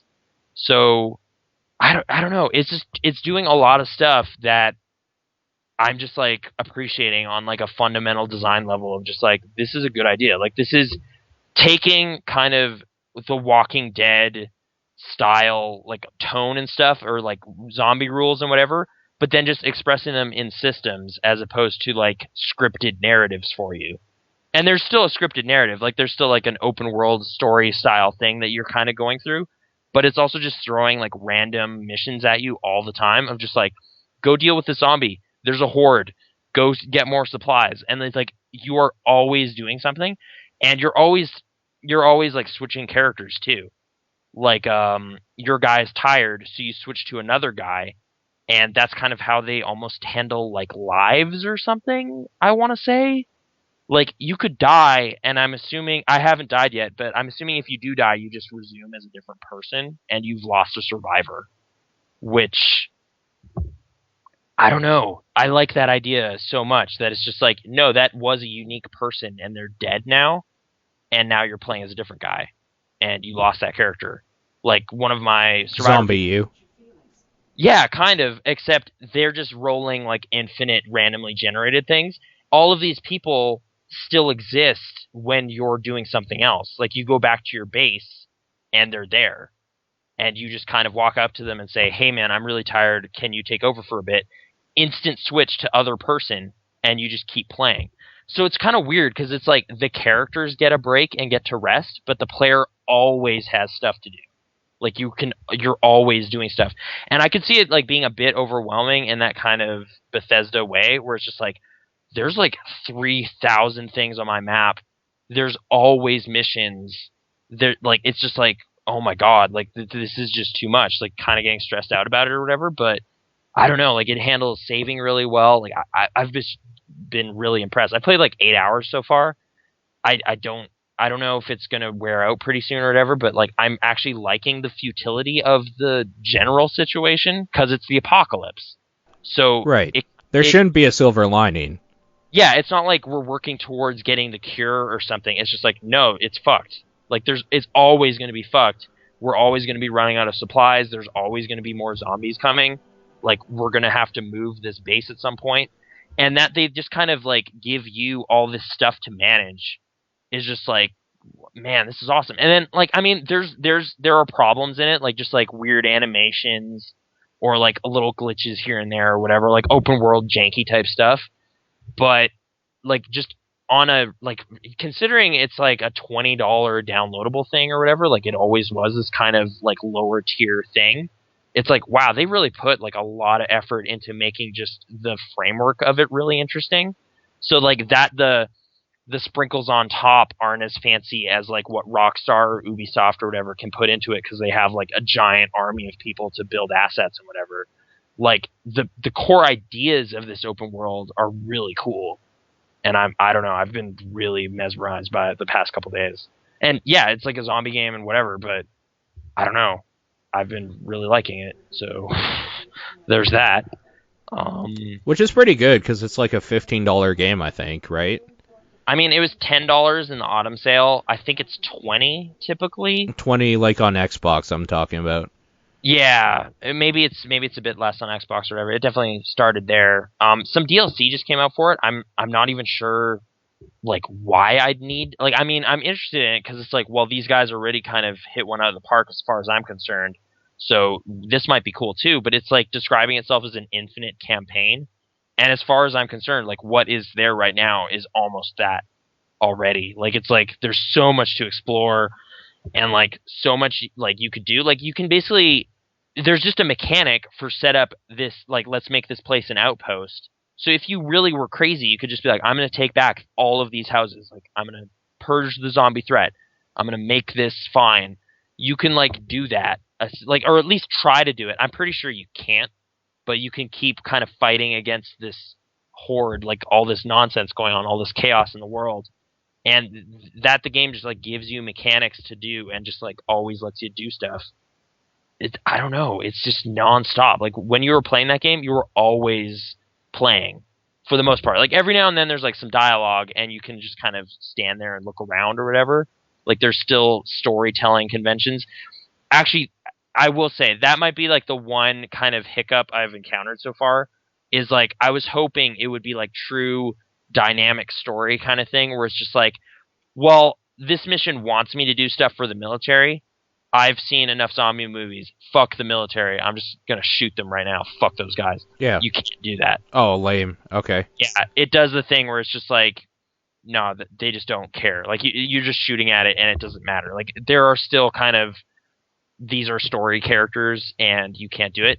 And like I was getting so caught up doing all these side missions that I kind of didn't notice that there were some missions that never go away. So like Dead Rising style, some missions time out. So it's just like, yeah, we got this radio call. There's like some survivor that needs help.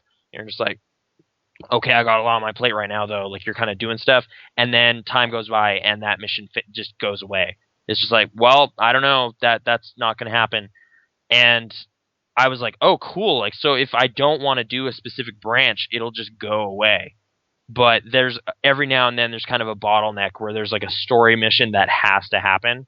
So you just kind of have to go do it and it won't leave your map or whatever. So like there's still a few things I'm just kind of like, well, I get why this is like this. Cause I mean, they wrote all this dialogue and kind of set up all these scenarios and stuff to kind of do this.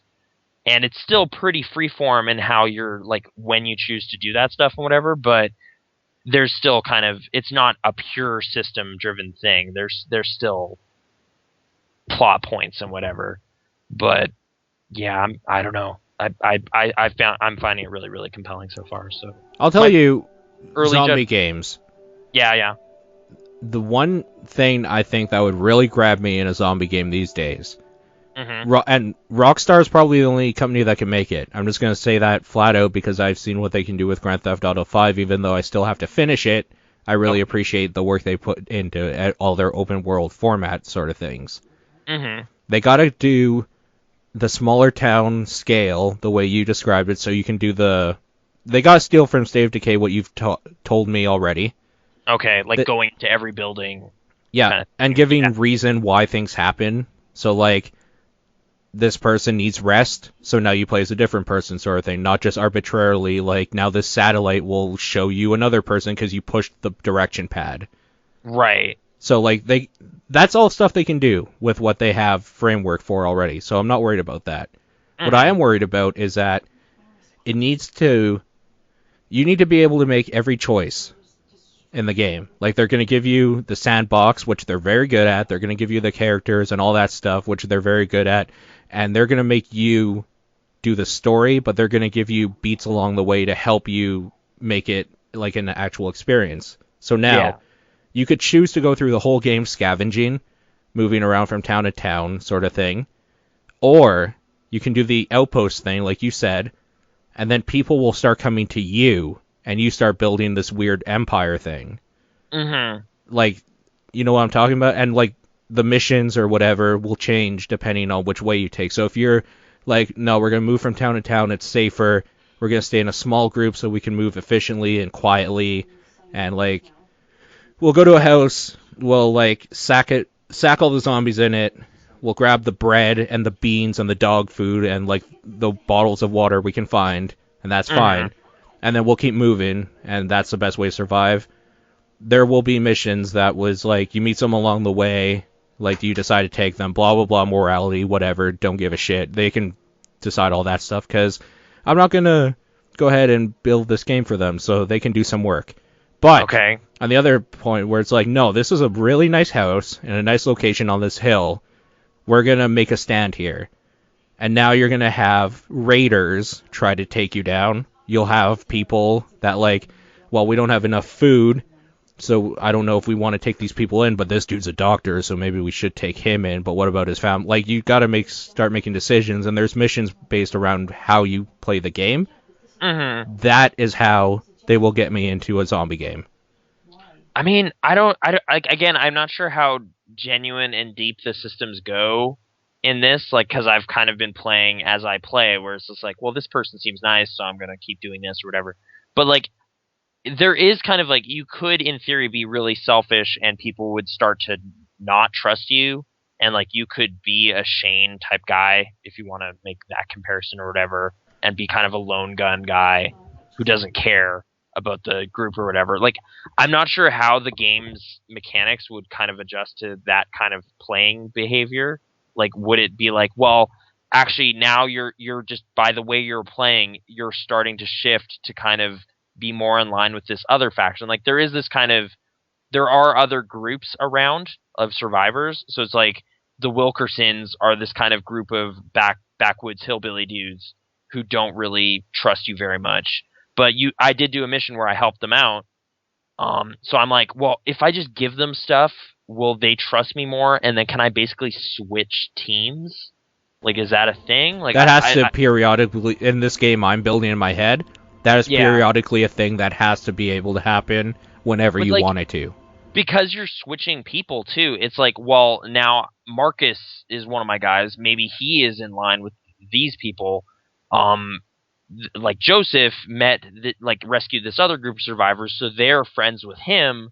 Like, it's kind of weird, because, like, you, the player, are kind of juggling all these different pieces, and I'm not sure how united it is or whatever. Like, I'm still interested, like, if there's more depth to this, or if it's a little bit surface level kind of window dressing, and it's actually just trying to kind of drive me down this path. Because, like, yeah, there's, like, a military faction. There is, recently I just met, like, a judge who is kind of running her town, like, in her own way. It's like, we have our own private military, like, this is our thing, we got the police. Like, I don't know if those pieces of the puzzle are actually dynamic, or if they're kind of static, story-driven things. Because, like, I can call in this sheriff guy and work with him now. So if I do that a lot, if I opt to kind of do his branch, do I then kind of side with his his group more so than my own original group or something. Like I don't know how dynamic it is. I wouldn't be surprised if it's not that much. Like if it's just kind of feeding me stuff to do. I'm actually maybe a little curious about that DLC thing. Like, is that actually trying to make it a true systems thing? Like, it just came out. It's called Breakdown.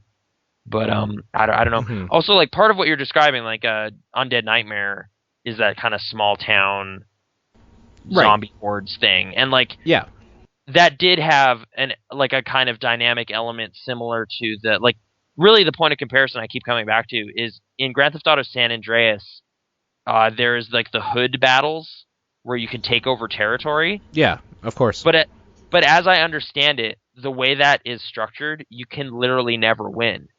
Because it's kind of meant to simulate the ongoing push and pull of just gangs fighting. Like, there is no winner in this battle because both sides are just hating each other and fighting. Right. Like, it's kind of cool that they decided to make that algorithm in such a way that it's like, well, once you own 80% of the territory, there's a big push from the other side and they start taking over again. And you're just like, oh, shit. Like, there's no way to win that battle. Like, in the same way, it's just like, there are more and more powerful zombies. Like, there's no way to, like, permanently purge a city of zombies. Like, it's just like, oh, well, I cleared out these 3 infection zones. Yeah, but there's more now. They were infected way over here this whole time, and you knew that, but you weren't able to get over there in time, kind of thing. Like, it's like a constant struggle to just keep things in order. And it's I feel like it's cool that it just drops me in the middle of the simulation of like this crazy stuff going on and lets me just kind of mess around in it. And like, again, maybe like people feel like despair or something, like they don't want to keep doing these grindy missions or whatever. But as far as I'm concerned, that is what the world becomes. You know, it's like, I got to get ammo, I got to get food. Like, this kind of stuff the game is concerned with is like logical in a way that I'm really appreciating. So yeah, I'm pretty excited about it. But yeah, I don't know. Like, Undead Nightmare, I guess, had a similar thing where it's like you could save towns, but they would continually be attacked. But you could actually, I think, save them. But they could also fall if you don't do it in time. So there was a bit of a kind of systems thing with like the zombie hordes taking over little outposts and whatever, and you can kind of fight against it. I played most of that, but I never finished the storyline part of it. Yeah, it was good. It was fun. But yeah, it was good. So I don't know. Rockstar has definitely dabbled in zombie stuff a little bit, but like, I don't know. Like, I mean, like, on the one hand, I am one of those people that keeps going like, man, there's a lot of zombie stuff out there. Like, it's getting a bit much. But maybe I'm just like talking more like movies and like board games and stuff. Like, I don't know why that happens. Like, it's just like board games. Like, yeah, it's just a zombie edition of the game. You're just like, okay, like, you know, I guess. But have they made a zombie edition of Risk? Because that would make sense. That would kind of make sense. I don't know if that's happened yet. That would actually be kind of cool, I gotta say, because it would be like, what's that game on your mobile device that I love? Was it just called Contagion? Oh, the Virus Inc. or whatever it's called, or what is it called? It was something like that. Plague Inc. Yeah, Plague Incorporated. Yeah. It would be that. Yeah. That would be awesome if somebody played as a zombie horde, too. Like, if in the Risk thing, you're playing as the zombies, like you're taking over the planet. Yeah. Okay, yeah, I guess that. I guess you're technically playing as the infection. The zombies are just your armies. Right. There has to be something like that. Maybe. I mean, I guess that makes sense. But yeah, there's just zombies everywhere. But for some reason, like, the video game space makes more sense to me, I guess. Like, it's just like, well, this fits with this medium really well, because, like, fodder enemies and action and, like, character-driven stuff, like, that kind of fits this mold pretty well. So I don't want to see this happen in a movie again, but if I can just be in it, I'll do that. Sure. Yeah. And I mean, I like Dead Rising and stuff, so that this is doing things similar to that kind of works for me. But yeah, they don't do the ridiculous weapons kind of thing.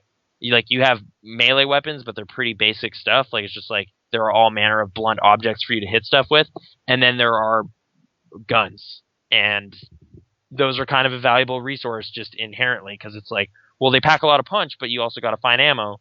So there's like constant natural incentives for you to go out and explore and find stuff because you might find a big ammo cache, and that would be really awesome.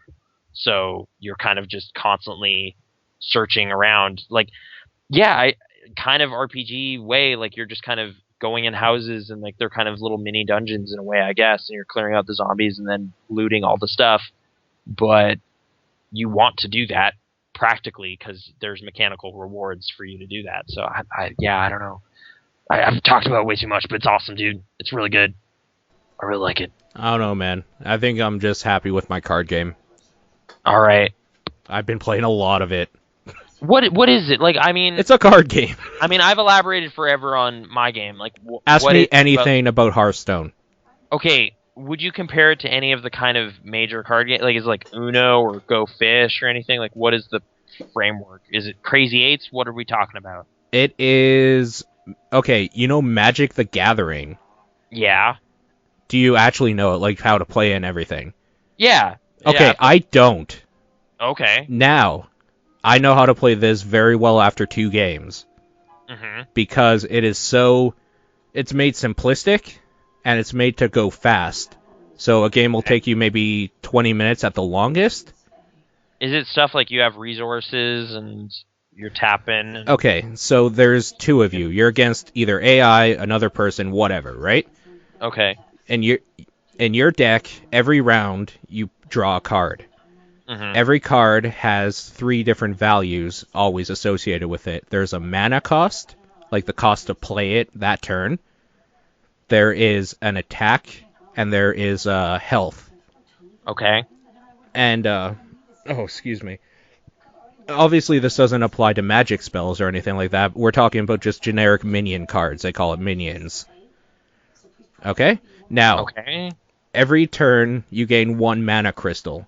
So on turn 1, you have 1 mana. Turn 2, you have 2 mana. And that refills every time. So if on turn 8, you don't use all your mana because you don't want to waste all your cards or whatever, and you have 4 left, it doesn't matter because next turn you have 9. Automatically. Okay. So as the turns progress, you can start playing bigger and heavier things sort of thing.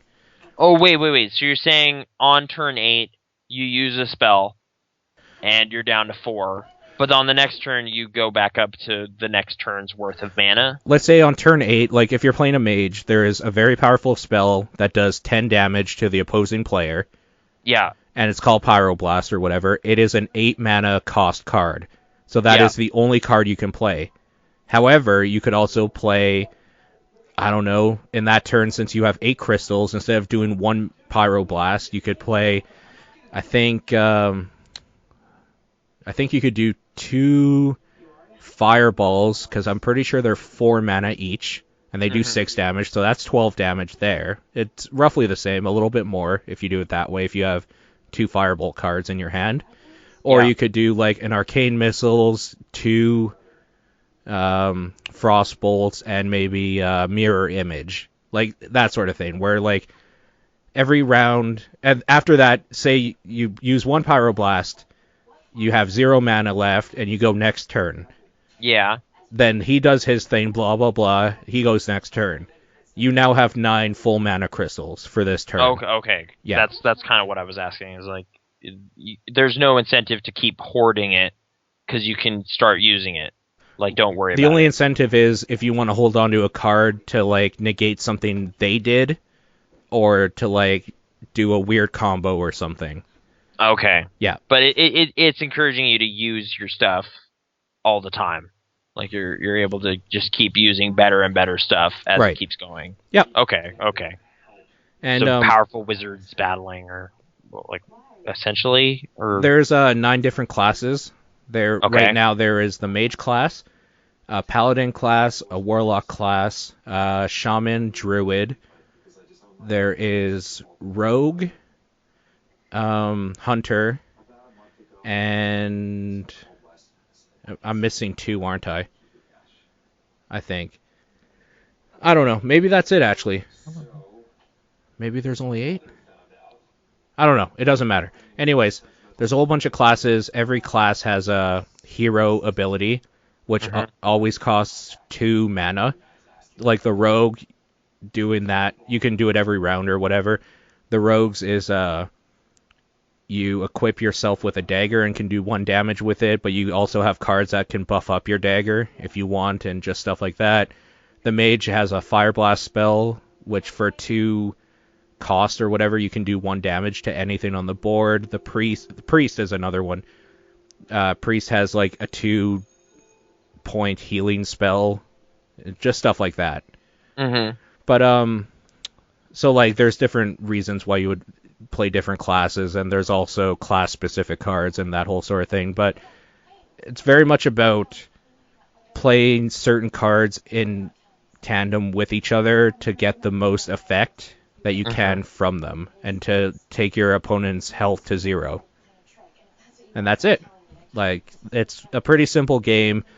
Things glow when you can do an action with them, so like every time if you play a minion card that round, unless it has a charge ability, that minion cannot attack. It has to wait until the next round. Okay. Sort of thing.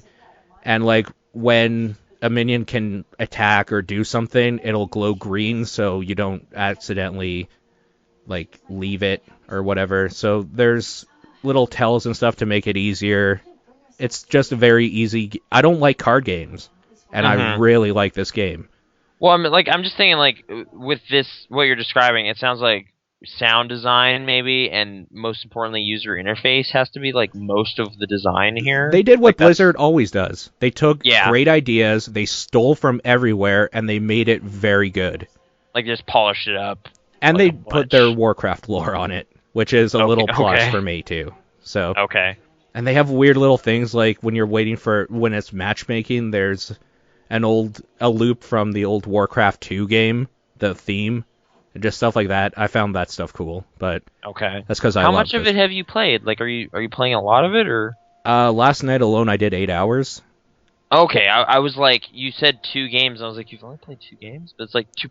No. No, Okay. I'm trying to get up to Master's Class in regular mode, Okay. and I've done Arena a few times. My Arena's really bad. I'll explain what Arena is, but in the normal play mode, I am 3-star silver, so I'm going for 1-star gold now, and that's taking forever. And then after that, I think is platinum, or diamond, platinum, then Masters. Okay. 100 and some wins, and probably 100 and some losses. So, like, almost in this, like, prestige thing I was just talking about, like, you are doing that persistent multiplayer thing right now. Yeah. Kind of, right? Oh, yeah. But, like, also AI sparring and whatever. The AI sparring was every class in the game, you level up each class, and you have to get each class to level 10 to unlock their full basic deck, and that's basically, like, their version maybe of the tutorial mode. Because you'll want to go against the AI when you both have only basic cards, and then you unlock better ones, and then you can go against people. Or if you want, at level 1, you can just jump in with a basic deck against, like, some random person that has this really buffed out legendary deck if you want, but you don't necessarily want to do... You can beat... I have beaten a legendary deck with just basic cards, so you can still do that. It's not pay to win, but it does make it a lot easier if you pay money. But whatever. Yeah, I mean, I don't really know what to say about it because it's still in closed beta. So like, not everybody I don't think is even chomping at the bit, but not everybody can even play or know what I'm talking about. But it's a card game, and it's easy to just log in, put a few hours into it, or stream it while I listen to podcasts, or like I play it while I watch like YouTube videos and stuff on my other monitor. So you're listening to your own stuff while playing it, I'm assuming as well. Yeah, right? Like I've heard their music. It's the same like music in a loop sort of thing, and it's really good. But after you've done like as many hours or more, you're just like, I'm gonna listen to my own stuff right now. Yeah, like I've only recently with State of Decay started listening to stuff while I'm playing, because like it is kind of repetitive in a way, but in a way I'm fine with. It's just like, well, there's no music in this game, like in your car or whatever, so I'm gonna make up for that. Or like Spelunky or whatever. Like I've heard the Spelunky music a lot, but it's also a great podcast game. And then you're like, the music's really good, but I've heard it a lot. But I've heard it dozens, hundreds of times now. Sure, I guess. Like I'm on like my 700th run or something in Spelunky, so I've heard a lot, and that's just in the PC version. So Yeah. yeah, I forgot. I got the damsel achievement though, the Casanova. Which one's that one? It's rescued 10 damsels, I think, in one game. That's pretty good. Yeah. Yeah, it was a close one. Like I think it was 4-1. I rescued the last one I needed, and I was like, wow, because World 4 is fucked. It's the weird temple. Yeah. But yeah. That was actually on a daily run, so I got in the top 100 again. Felt good about that. Jesus. I was doing bad for a while. Like I was just doing terrible. Like today it was like 2600 or something. I was just like, oh man, barely made it out of the mines. But yeah, anyway. But okay, Hearthstone. Okay, wait. Is this gonna do any kind of weird, insidious pay-to-play business, or is it just like what's the business model gonna be? Like, so you can buy cards right now. Okay. One deck is $2.99 or $1.99, Okay. or not deck. Sorry, or is that a deck? One pack. I should say pack. Okay, like a booster. Yeah, exactly. Like if you were to go to a store. Right. So like one pack with 5 cards, one will always be at least a rare or above. Mm-hmm. But there's always a chance for more or whatever. But you will always get at least 4 commons and 1 rare. Is it rare? No, uncommon. Okay. I don't know, whatever the lower of the two is. I guess rare is a bit higher, so probably not that one. So blue instead of a perp. Yes, exactly. Okay. Yep, okay. Yeah, that's an uncommon, yeah, okay. Okay. 7 packs is $10. 15 is 20? Just stuff like that. Like, it goes up. Up to about, I think, a $40 payout for 200. Mm-hmm. No, not 200. Maybe 200. I could open it. I'm not going to. But it's kind of one of those things where it's like, I have mixed feelings. Like, because it's like, well, with video games, you can ostensibly pay $10 for a thing or $20 for a thing, and then you just have a complete thing. Yeah. But with card games, that's kind of part of the whole thing. You're paying forever to the, like the Magic the Gathering people, they're constantly releasing new cards and you're constantly buying new cards. Yeah. And like on the one hand, it's like, well, you don't even own a physical thing in this case. But on the other hand, how often can you get together to actually play Magic with real people? So this gives you an avenue where you might actually play the cards you're buying. Let me put it this way, though. To play Magic even ever at all, you have to buy at least a full pack or whatever, like a starter pack. Right. In this, you automatically have any cards you would ever need to make a very good basic deck right from the get-go. Like the free-to-play component of it is like a starter. Right. So but here's a free deck for you. And then as you go, you have the chance to unlock more decks, and you earn something called gold. Gold, right? And you can use that gold instead of real money to buy more packs. Oh, okay. So you can do that if you want to grind it out or whatever, but there's also an enchant and disenchant mode, a crafting mode, where like you can only ever have 2 of a single type of card in your hand, in your deck, unless you go arena mode. We'll talk about arena mode after. So if you have like 5 of the same thing, 3 of those are extra. So there's an option there to just disenchant all your extras. You gain like arcane dust or whatever arbitrary value they give it. Mm-hmm. And then you can craft other cards you don't have using that. So you can craft So you don't need to buy anything ever? Is that fair to say? You don't need to buy anything ever. If you have a very good plan in mind, you can like start off with the starter stuff, unlock a few packs and stuff and gold and buy packs using that. And then from that, disenchant everything that you get out of it, including like the epics and rares and stuff for other classes if you only want to play one class. Make a very good one class deck and just own with that and keep gaining. Okay, are you playing it that way? No, because I am of the mind that for free to play is great for a person like me, because I will download it, I will play it. If I don't like it, I'll just stop playing. Mm-hmm. If I do like it, I don't mind putting some money towards it as a I bought Last of Us and I played an hour of it and it was $60. So this free-to-play game that I already put like 20 hours into, what's $10 for a few decks? Right, okay. Yeah. So you feel you've already been rewarded enough to give them something back, or yeah, okay. I will No, never that's fair. I will never put money into a free-to-play game unless I know that I'm into it. I will say that though. Like, yeah, it's never like, well, maybe if I give it money, it'll get fun. Like, at that point, they've already messed up, right? Like, it's like, you Yeah. should be having a good time already, and then be having such a good time that you're like, yeah, alright, this makes sense. And like what I was talking about with the crafting mode, like it Mhm. applies to me in a big way because I keep getting a lot of cards for Druid and Shaman who are both level 1 because I haven't played them yet. Like all my other ones are a minimum of level 15, I think. So like Druid and Shaman, I don't play a lot of their cards, so I've just been disenchanting them. And then with that dust, I made a hunter deck that has basically got me at least 80 wins. So like Okay. I'm good with this hunter deck now. And now I Mhm. can move on to another class and work on that if I want to, or I can keep going through that or whatever. But that none of that matters. Let's talk about arena mode.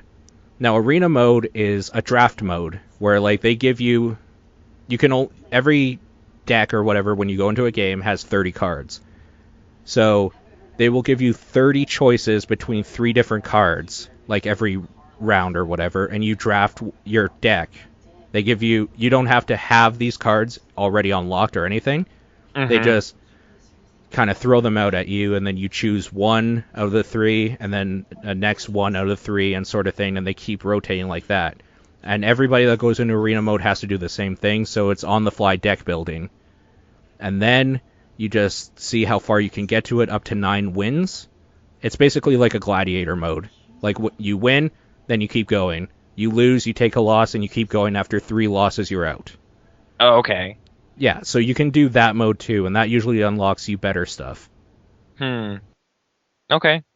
So it's kind of like a special gauntlet, or like a special, I don't know, challenge tower kind Where of thing. everybody's on the same playing field because they couldn't pre-build their deck. They had to do it on the fly. Oh, okay. Yeah. Gotcha. Yep. So it equalizes out. It's pure test of skill. I don't That's saying that, I am terrible in arena mode. know. Okay. Because I am very bad at drafting. I don't have a clear vision in my head about a lot of... Oh, and when you go into arena mode, I guess I should say, you have to choose one of 3 classes they give you. You can't choose any of the 8 or 9 or whatever there are in the game. Okay. So that's a big problem too. So I had to go in once as a warrior, I think. And like, I have a basic idea of how to play a warrior deck, but I don't know how to build it. Not at all. So it was So kind it of rough. requires like a pretty dynamic, flexible player to adjust to the provisos, I guess, and Right. do well. Yeah. Okay. So no. Okay. That sounds potentially Like for a free-to-play like a good game, mode. Yeah. there is Mhm. enough in there that you could just play and like have fun with it and then put it down, or you can get super obsessive mode like I have apparently and get into it, like into it. I guess this is just a thing where it's like Blizzard is in their own weird little bubble all the time, so like I'd never hear about anything because it's just like, well, if you're not playing StarCraft or WoW, like you don't have BattleNet, so you're not going to see this stuff. So I don't know. That's I didn't probably know fair. this was happening, or like Diablo, I guess too. I forgot about the other temple, I guess. But I'm really you- looking forward to the Diablo expansion, but yeah, anyway.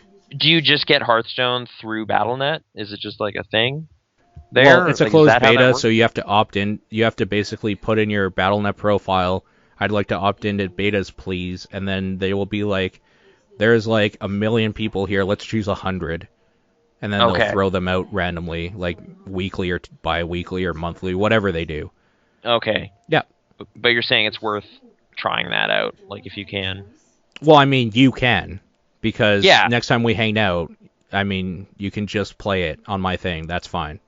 Oh, like get a look at it for sure. Yeah, But exactly. I mean, I guess to listeners or whatever, if you're interested in this whole thing, you can opt into the beta, like provide, like get an email or something, hopefully, and see if it works out. But There's been do a you lot know? of key scams, too. Like people Oh. on Twitch being like, I'm giving out keys every like 100 follows or something, and then they're just like, no, you're not actually getting one, even though I said that, and it's just shit like that.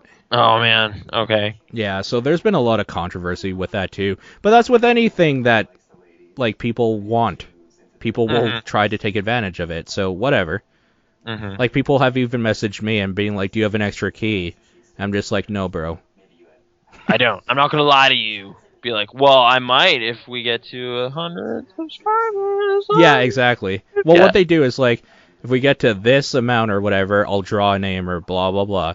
Then they're like, okay, you and you won. Message me after the stream. They're like, yes, okay, finally, I'm in.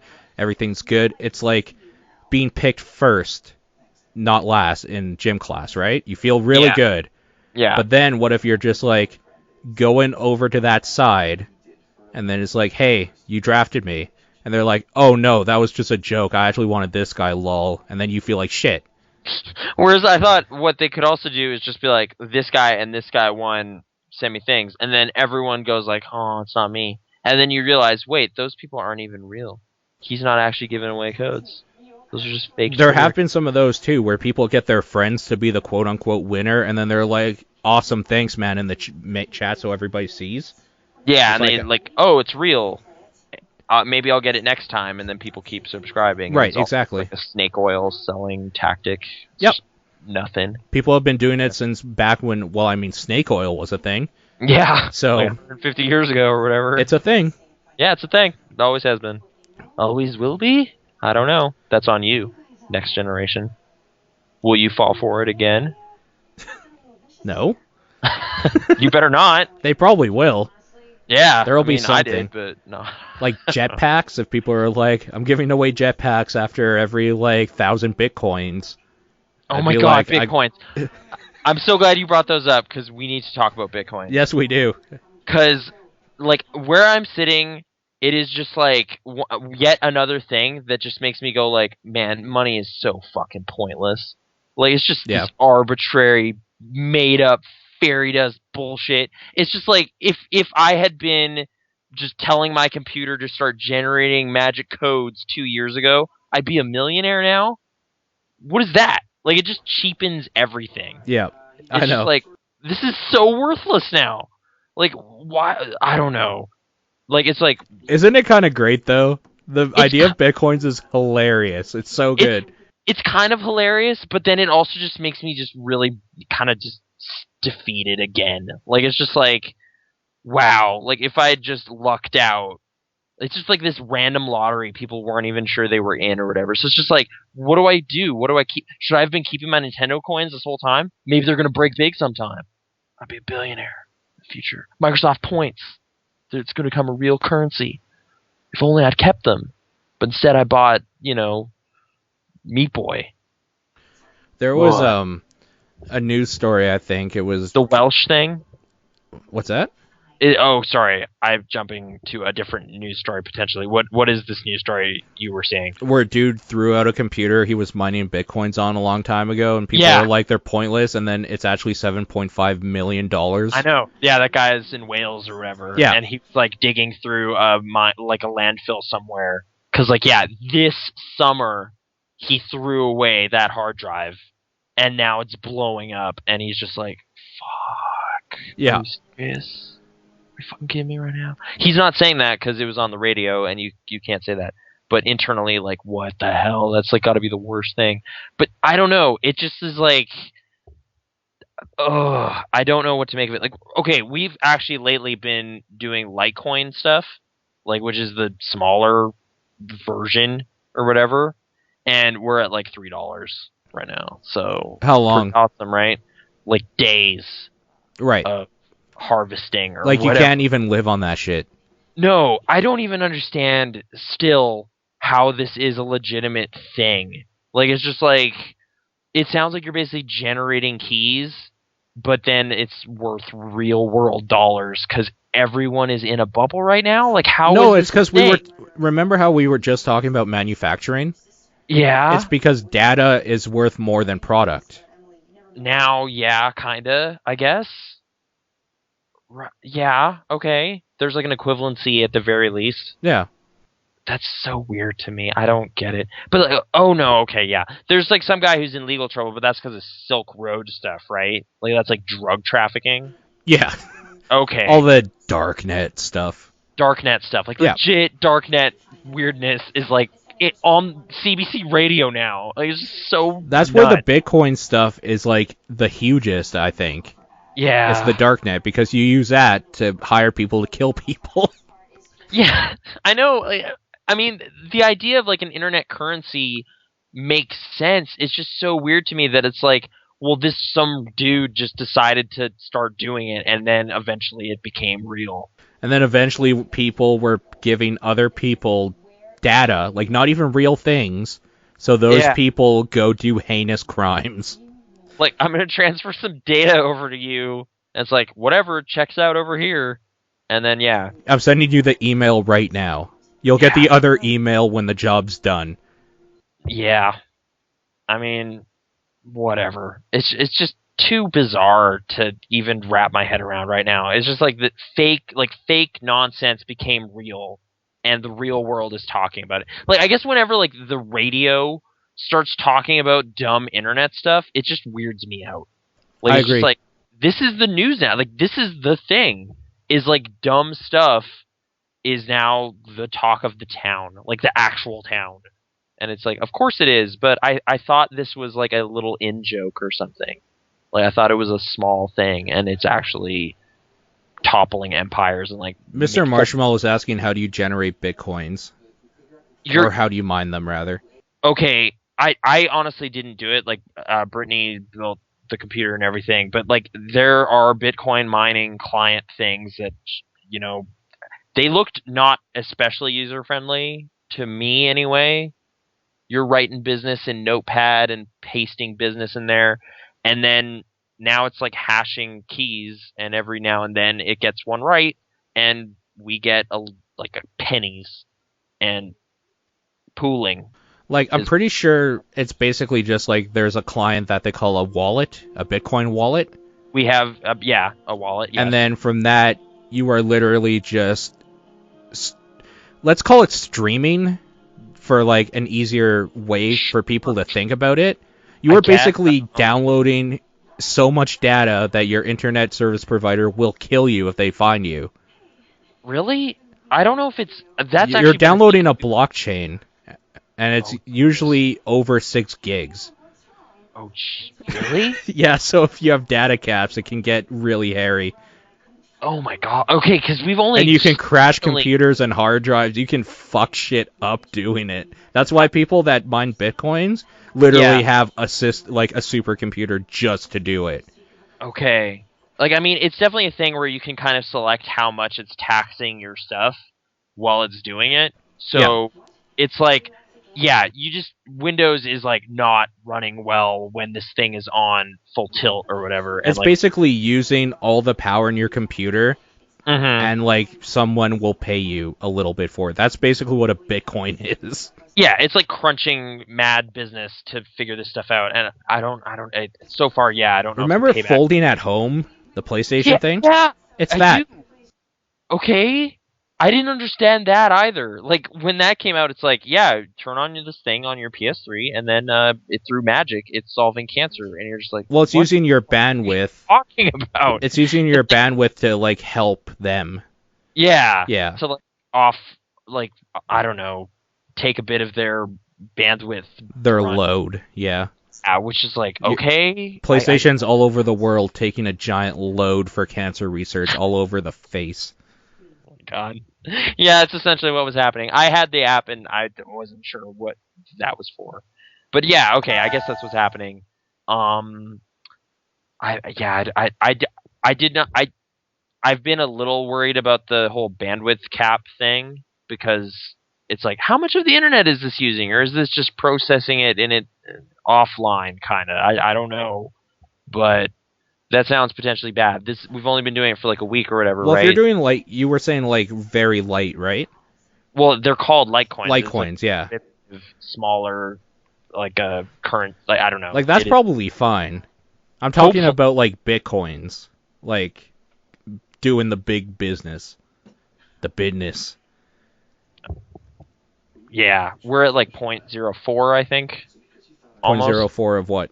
No, not even 0.07 Litecoins. Oh, okay. Right. Yeah, I don't know.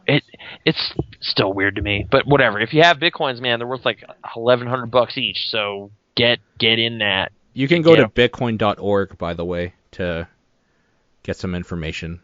Get information on this crazy. It's still a fucking stupid idea. I'm gonna say, even though like it's taking off, it's a fucking dumb idea. And like that's kind of been there was a thread on Giant Bomb kind of asking the community. It's like, hey, like we're all internet dorks. Did anyone get rich off this? And there were people kind of just commenting on like how stressful the market is right now because it's so flexible right now. It's just bouncing all over the place. So it's like if you're buying them, it's like the most volatile stock right now because it's just like, well, it's worth $1,100 right now. That's pretty awesome, but it could be like a nickel tomorrow. I don't know. Yeah, like that $3 you were just talking about.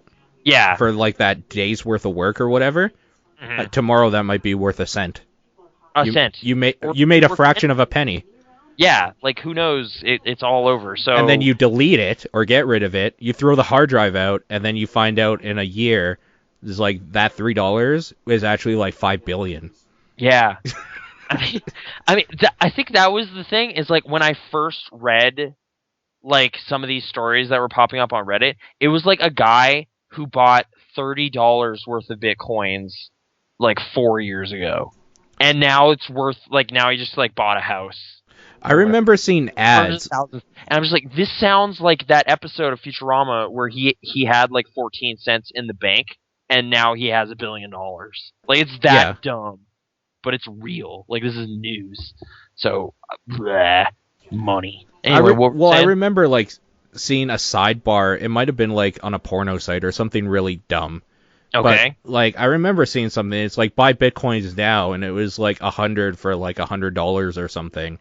Right. And I was just like, I don't know what bitcoins are.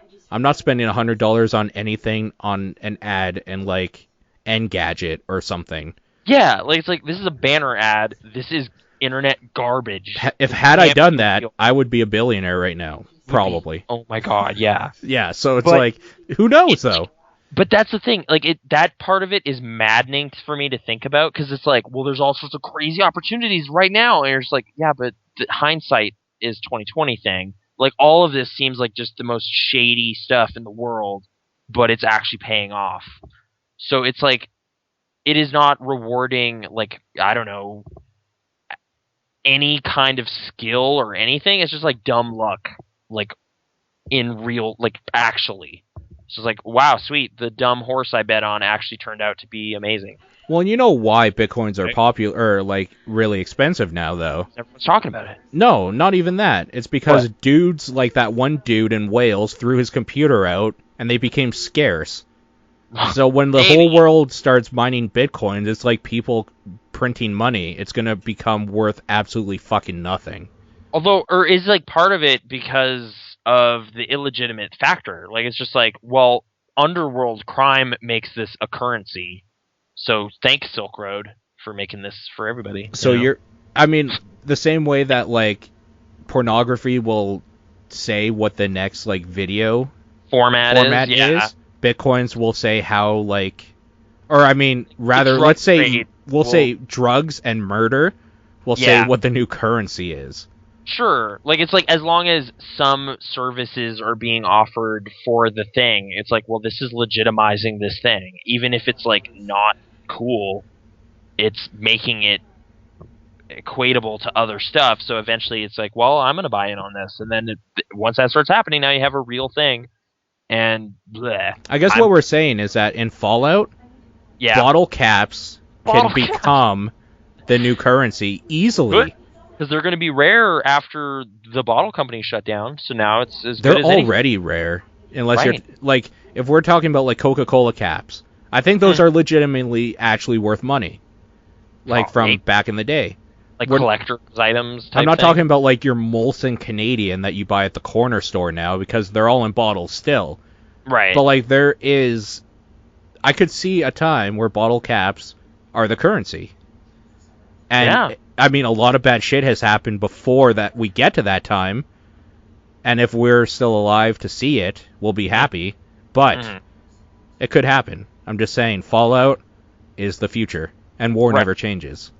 So start collecting them now, hoard bottle caps, just in case. hoard milk. Like, this is how hoarding happens. It's like, well, I don't want to throw anything out because it could be worth billions. I don't know. Better just keep it. I'm going to keep all of it. It reminds me of videotape for the currency of tomorrow. I just screwed up because I just gave them all away this summer. I'm doomed.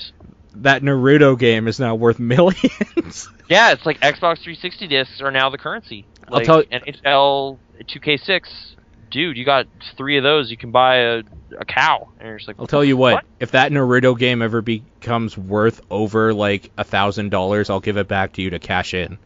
You sure? Yeah, You because don't need to do if that Naruto game Okay. is worth that, I definitely have some garbage that is worth more in my own collection. So we're good. Well, thanks for being cool about that. Like, if there's ever a giant market for Naruto Rise of the Ninja on Xbox 360, you know, I'm glad you have my back on that. You're not going to just be like, haha, sucker. See, and that's the thing, is that's how it happens. Like, one day that company will go out, and 2 Human will be the most expensive game on the market because people want to play it. In a weird way, I was like kind of half expecting a rush on 2 Human when it became like illegal. Yeah, so you bought a copy of it. No, I didn't, but I still have one. Like, I had one okay. already, so I was like, well, I'm glad I already have this, because apparently this game is now like not supposed to exist. Like, the courts had leveled some decision against it or whatever. It's like the Unreal lawsuit thing. I don't know if that held. Yeah, because they use the Unreal Engine and they give them credit or something. It was some weird thing. It was like they started using Unreal 3 before it had been kind of super polished up. So they were really unhappy with their experience licensing it. So they started modifying it. And then at some point, Dennis Dyack was like, we have modified this so much. This is basically our own engine now. So we're just going to start doing stuff. Oh, with dude, it. that is illegal. That is 100% illegal. That is like me making Facebook or Friendbook. Yeah. And taking everything from Facebook, changing the colors around, changing how you log in, and saying this is basically my site. It's a little more profound. Like, it's a little deeper level than that, I think. And, like, I'm oversimplifying, obviously. This is just how Not really, because Facebook is just a place where you post pictures and connect with friends. So you could, it's the same thing. It's the same mechanics and everything. It's just different looking with different ways to get to it. Yeah, fair enough. Like a different layer on top of it or whatever. But I guess their big thing was they felt they were not, like, Unreal didn't hold up their end of the bargain like Epic. They failed to provide sufficient customer support while they were making their game. And they had this whole kind of conspiracy theory about, like, they were polishing up Gears of War at the time, and they weren't really being nice to license holders. And I think they tried to do like a rallying cry to be like, who's with me? Like, all these underappreciated Unreal people. And it's just like, no one, everyone's fine. Everybody's like, actually, Unreal has been really good to us. I mean, we made millions off our last game using an engine we didn't have to pay a whole lot for. So actually, go fuck yourself, Dennis.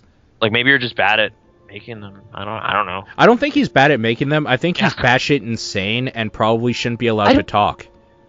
I don't even see that much. Like, there was that infamous 1UP podcast where everyone was like, oh man, he totally loses it in this one. And I just thought he was kind of, I don't know, reaching a lot on kind of trying to predict where things were going. But I was kind of intrigued by some of his ideas. Like, he was talking a lot about, like, there aren't going to be platforms and it's all going to be web-based stuff. And, like, web-based games did end up being a pretty big thing. So he wasn't totally crazy. Do you remember me talking about the Spartan Show thing on PS4 Twitch? Yeah. Okay. Actually, I've heard subsequent people talking about that whole business. So, yeah, okay. I'm pretty sure it's still viral marketing. That's not changed. What I am saying is that while I was watching, Dennis Dyack called in. What? And he kept saying that I'm in the bathtub, and you guys are doing a great thing.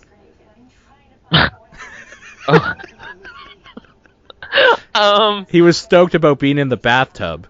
Well, I mean, maybe he was making a reference to the Truman Show, because there's that character who's in the bathtub the whole time, and he's watching the show. So that's what he said. He said, I'm watching your show, I'm in the bathtub. And I think you're doing a great thing, and blah, blah, blah. Also, I'm in the bathtub. Just in the tub. See you guys later. I'm naked right now. That being said, it could have been somebody else named Dennis Dyack. Yeah. But I want to believe. Also, we didn't bring this up. dude undressed his wife on Twitch? The PlayStation 4 thing? What? You heard about that, right? Oh, like the reason Playroom is no longer cool. The reason nobody can use it no more. Yeah, no, It's I because did. because a dude basically got his wife drunk, and when she passed out, undressed her.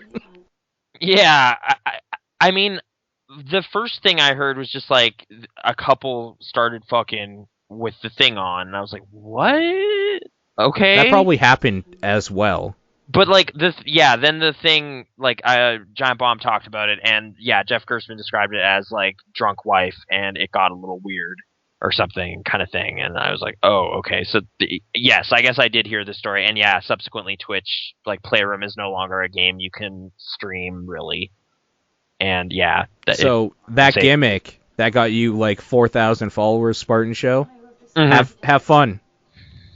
Just saying, have fun. Okay. Let's it's see. so weird, Let's see like, how thrilling you are oh, when man.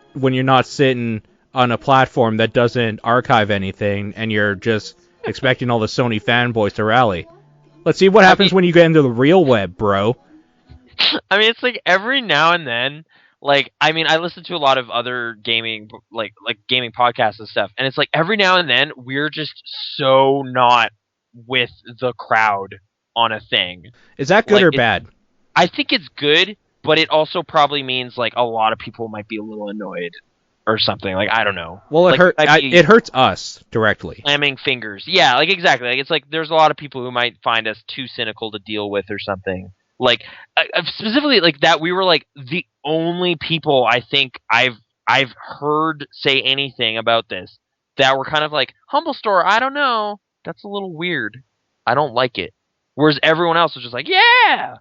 It was just like, okay. I don't know if we're cynical or pragmatic. Like I don't. I think I'm the only person that thinks that Spartan Show is not just a couple being like pretty nifty and doing some neat thing with their PlayStation, and this is just Sony like patting the pockets maybe. Like I think I'm the only person on the fucking internet with that thought.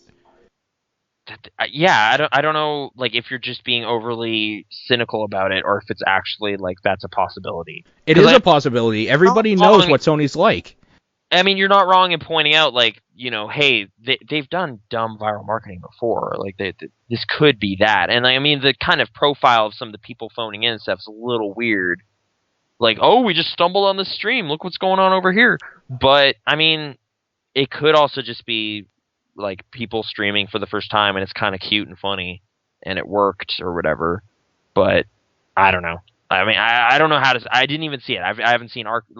It doesn't archive, right? It's just gone. It evaporated. All I'm saying is that this happened. It was a rallying cry for the PlayStation 4 for its capabilities using Twitch. Yeah. And this happened the day of the Xbox One release. That's all I'm saying. Oh, and also, it got a rallying cry from a head person at Sony. Mm-hmm. I'm not talking even about boys right now or whatever. Yeah. I'm talking about one of the CEOs of Sony retweeted it. Okay. Like, I'm saying a rallying cry. Like, they put down their banner, and they are like, 4 greater than 1, fucker. What now? I mean, it is, you are totally right. Like, it is a little strange that none of these other sites I've, like, heard comment on it brought up the fact that it was on the Xbox One launch day as, like, being at all suspicious. Not even the launch day, the, like, couple hours before and during. Yeah. I mean, I'm not saying you're totally up to lunch. I honestly don't know how to read this, and I didn't. Either way, have fun doing your show on the real web where people are cynical now, asshole. But that's assuming they aren't a funded Sony thing. So like you're angry at them if they are just a couple who stumbled into like the spotlight. Honestly, even if you're mad at them if they're sellouts or whatever. No, right? honestly, okay. Let's be serious for a second. Let me be serious for a second. Okay. Let's turn off the front here. Even though I am a little bit annoyed that all it takes is doing one thing, and then you're just like automatically, you're done. You're made. But anyways, let's put that all aside. Yeah. Even if this is a Sony thing, I do feel good for the couple because from what I watched, They seem genuinely like nice people. Okay. So they do deserve people liking them. I still think it's kind of gross if it's a Sony thing, and at best, it was a nice little gimmick. And I'm glad it's over, and the real boys can play now. Okay. I mean, well, okay. Actually, like on Giant Bomb, the kind of observation I took away was like, this is making streaming a whole lot easier for a whole lot more people. Which is a bad idea, but yes. Well, okay. Like, do you think that's gonna kind of result in a lot of dumb, bad stuff, or? I think it already has. Rise to the top seems to be kind of the optimistic way. Is like, well, good content will always be found, and I don't know if that's true. Like, that just seems that's not true. It isn't true. Just straight up. Okay. Like, I hate doing what I'm about to do. Yeah. Okay. I hate doing this. Mm-hmm. But John. Yeah. He does good stuff. Yeah. He would not have floated to the top if it was now that he started. There's just too much going on. Yeah. Like, too much noise. So yeah, good stuff doesn't come to the top. It gets pushed down by the garbage, and nobody gives a shit anymore, and they just follow the people that the good stuff tell them to follow. That does seem to potentially be true, but I don't know. I don't know how to gauge like the way new sensations spring up or whatever anymore. Like, it's just like, well, now that YouTube is just a big gargantuan thing already, like, is anything new and interesting really going to emerge from there? Or like, it's bad when we're on it. Yeah. I mean, there's a lot on there. Like, it's like, there's so much. Like, that we're talking about other 50 Cent Blood on the Sand streams, so now we can't... Within the last week. Yeah, like, it's just like, oh, I thought we were choosing something weird and irrelevant, but turns out the internet loves weird and irrelevant. No, I do have it. Mm-hmm. It's D, and I have it. What? We can do D.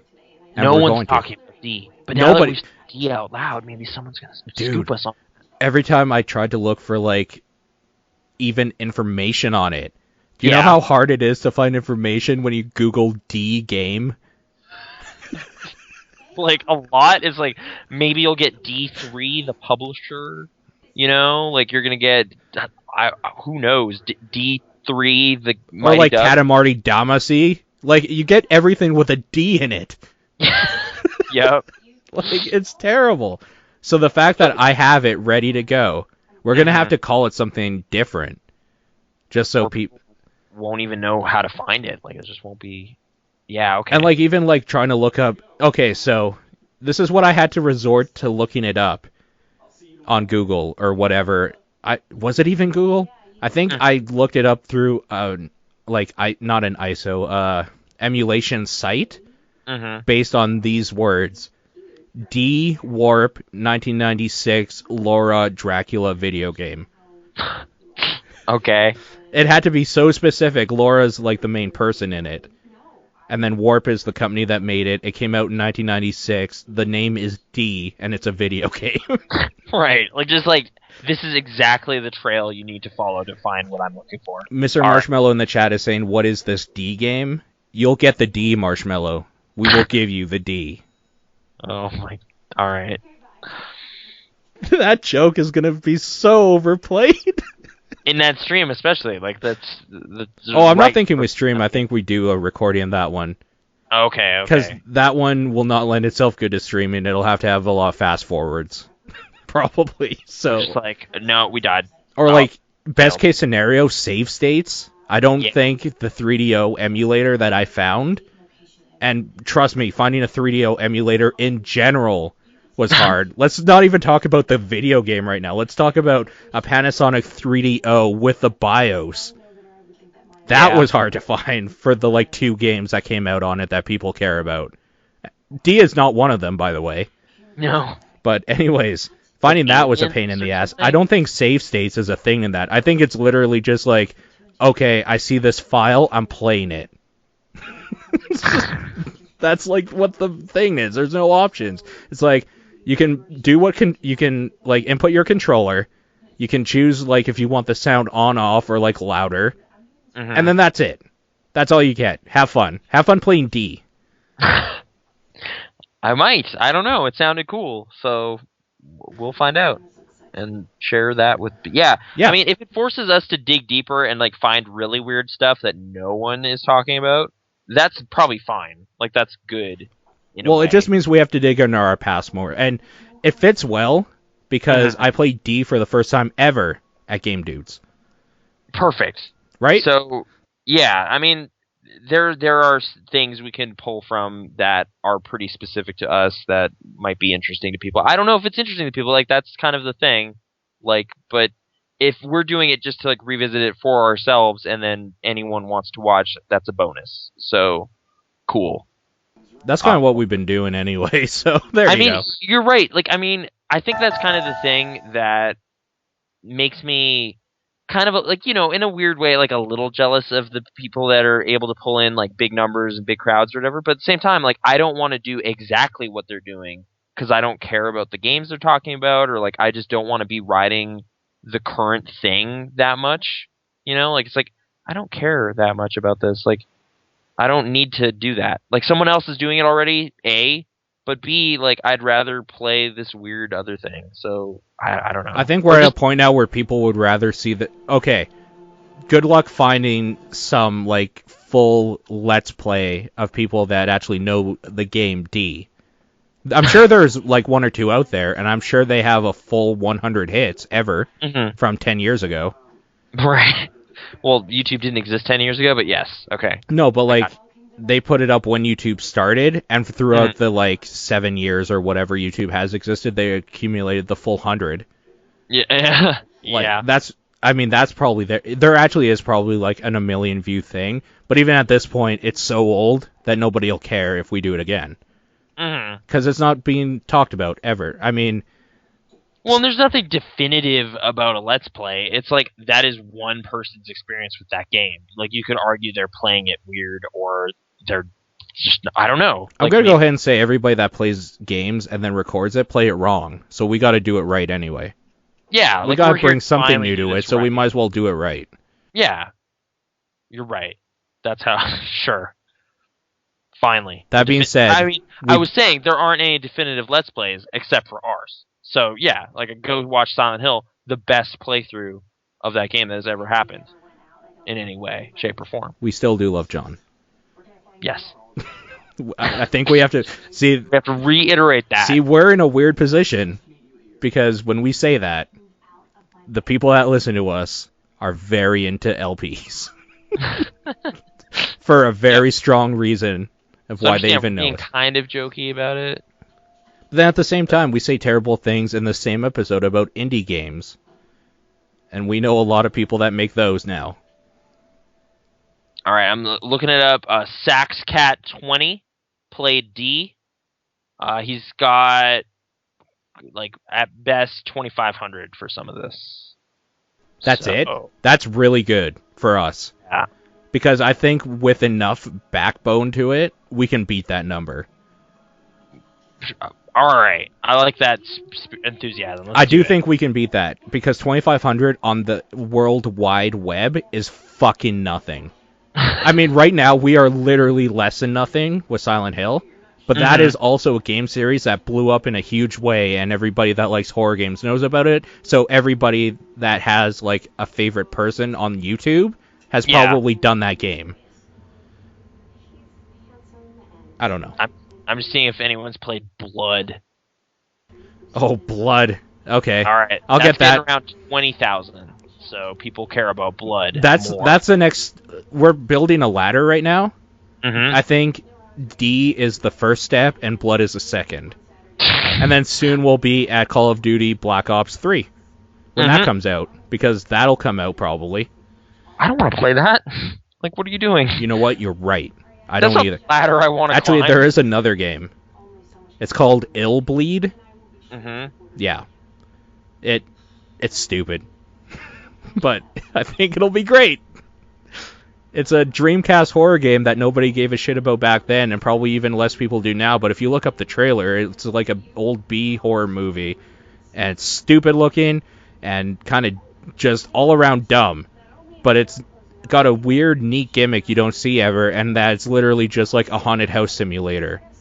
where there's Oh, jump alright. scares, and the jump scares kill you. So you gotta walk through this area, and like you gotta deactivate these jump scare traps or whatever, so you can keep continuing on. Weird. Okay. Yeah. I guess. All right. Illbleed coming soon. I don't know.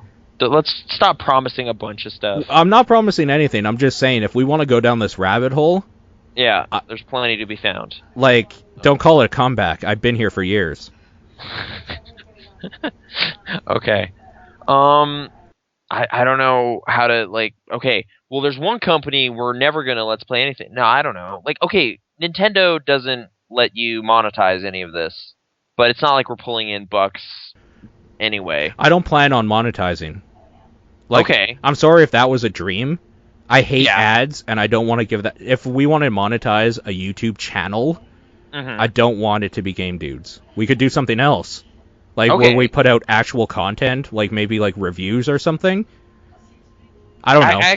No, dude, I actually like that spirit because it's like, ads are terrible on YouTube, and I hate it when they happen. So whenever it's like, do you want to make this experience less cool for people who watch your video? It's like, no, I guess. I mean, if they're gonna watch me talk about The Shining for 25 minutes, they shouldn't also have to watch an ad for Tums or something. Yeah. I'm seeing an ad for Tums right now, so that's why I brought that up. And also, But, I don't have a problem with having like real jobs. That sounds really like rude, Mm-hmm. the way I put it. But I don't have a problem with having a 9-to-5 job or whatever that makes me the money to live, and then doing like the channel on the side. I don't care about making a living through it. That's not a dream. Okay. The dream, if there is one for it, is that people are listening to us be stupid while we play a video game. Okay. And I'm okay with that. It's a reasonable dream, I guess. It's feasible. Yeah, I'm trying to shoot higher for stuff that matter in real life, and lower for stuff that I thought maybe mattered. Because there was a time where I probably would have been like, that would be cool to just sit around and do this all day, but then it's like, well, I don't want to play a video game today. Oh, I'm not going to eat next week if I don't. Yeah, because then at that point, you're not doing it for the reason you were originally doing it anyway. Like, I think I'd rather just shoot higher of, like, getting a better paying job or getting better hours or just stuff like that might matter there. That's solid. And then, like, the sides hobby stuff, that could be, like, the dream part. Okay. Yeah, I'm okay with that. I think I'm okay. You know what? Sure, why not? So in that case, we should, at some point, like, one of my Game Dudes classics is Wario's Woods. And I I've love that never game. played it ever. I want specifically the Super Nintendo version, which seems to be weirdly the one that doesn't get out there as much. I don't know why. Like, Okay. they just, like, on Virtual Console, the Nintendo version's on there. What are you doing? I almost bought it, but then I looked at screenshots and said Nathan's retarded and turned it off. No, that's not the game. I know. Nintendo version. I know. Like, it's similar. Like, a lot of what you're seeing is what that game is about. It's a puzzle game, but it's, I don't know. The SNES version is the one I like. It's just, I don't know. It's got more personality or whatever, and the music's better. But yeah, Nintendo doesn't. I don't know. They're not really keen on shining a light on the internet stuff. Like, I mean, I just finished watching that Smash Brothers documentary. And like the infamous earlier this year, like them not allowing the game to be streamed on Evo before everyone yelled at them, and then they're like, "Oh, sorry, okay." You know, remember that weird turnaround that happened? Oh yeah. Oh yeah. Yeah, like it was just kind of like this weird thing of like Nintendo kind of being a little snarky with like their most dedicated fans. It's kind of weird ongoing trend. I don't know how to feel about that. Like it's just they're kind of what do you call that? Biting the hand that feeds them kind of thing? Like it's like that kind of thing? Yeah, Nine Inch Nails song, Hand That Feeds. Yeah, exactly. Like, Will you bite the hand that feeds you? Will you... What is it? Will you get down bite on your knees? the hand that feeds you. Something on your knees. I can't remember what that word Will you is. get down on your knees or something? Sure. Get that up what to it get down? Yeah, that's that one. Okay. That's a great Nine Inch Nails song. Jump You play that around, at the end of the jump up, concert. and get down. Yeah, that was fun. Everyone was jumping in. And... That's how I remember it. Sure. there was lights flashing and stuff. What was it with Warriors Woods? Nintendo, they don't like their fans. Legend of Zelda: Link Between Worlds. That's where I was going with that. I have been playing that actually. I bought it the day it came out. Okay, how do you feel about it? I love it. I absolutely love it. I think there's a great new dynamic in there when you have everything to start off with. Yeah. And then just from there, it's like, well, this is now a puzzle game. This is no longer a Legend of Zelda, like, Metroid game where I have to do this to get this and then use this in that dungeon. This is now a puzzle game where I have everything. How am I best going to clear this room? I mean, it does kind of change how the pacing of that game is in a way that, like, is really crazy to me. Like, it is so fast compared to other Zelda games. Like, I did 2 dungeons in one sitting. Like, yeah, I would have never done that before. You're right. Like, it was like an hour. Like, it was just like, all right, I finished that dungeon. Now I'll go up here. All right, no problems because I already had the hook shot. So I'm just going to go inside this dungeon. And now I'm playing in this dungeon. And now I finished that dungeon. And it's just like, this is bizarre. Like, it's like almost like this game is ripe for speed runs or something. Like, it's just like you can just book it through that game so fast. And I think I like that. Like, it's like they trimmed the fat kind of. But it's also just like, I don't know. It's like the pomp and circumstance kind of was part of what Zelda was for so long. Yeah. And now it's just like, who cares about that, man? You got to save those dudes. Go. You're just like, okay. You are right in a way. Like, now that I think about it, reflecting a bit, there was less motivation to get through a full dungeon for me as well. Because it's like, there was no carrot at the end of the stick. Mm-hmm. Like, there's no item in there or anything. It's just you need to save that. Like, I guess there's a heart container. But, right? like, for a portable game, I think that's still okay. Because I think it should be okay to, like, when you're halfway through a dungeon, close the lid and then go about your day until you can get back to it. That's fine. Actually, right. Like, I mean, we were at a clinic earlier today, and I was, like, in the waiting room, and just, like, all right, I'm going to play a dungeon, and played a dungeon. And then, put it in my pocket. Like, it is the most portable Zelda game I've played. Hey, since you brought up a clinic, I just want to ask. Yeah? Are you still internally bleeding? No? Okay. That was a long time ago, but I was going through our backlog. Oh, yeah. And, like, one of the funnier pictures I ever found, like, that I chuckled at was the, like, cake of an alien that people cut into and they're, like, eating or something. Okay. And the name of the episode was, like, Nathan Rohr, an Inside Story. And it was basically because we talked for, like, 40 minutes about you bleeding internally or something. Well, like, the ultrasound I had. And no, it was before that. It was, like, when you went to the doctor and they said, oh, yeah, we got to check this out. Or, no, they called you. Or whatever, and they're like, no, you gotta come in, and you didn't go in yet. And I was just like, dude, what are you doing? Like, the doctor phoned me, like, that's bad, right? Does that mean I'm gonna die? Like, yeah, okay, that was an episode. And yeah, that was, rusty urine. That's the symptom. Watch out for that. Symptom of what? Just blood. Like, that means there's blood in it, and that shouldn't happen. But what was it? Like, what was the issue?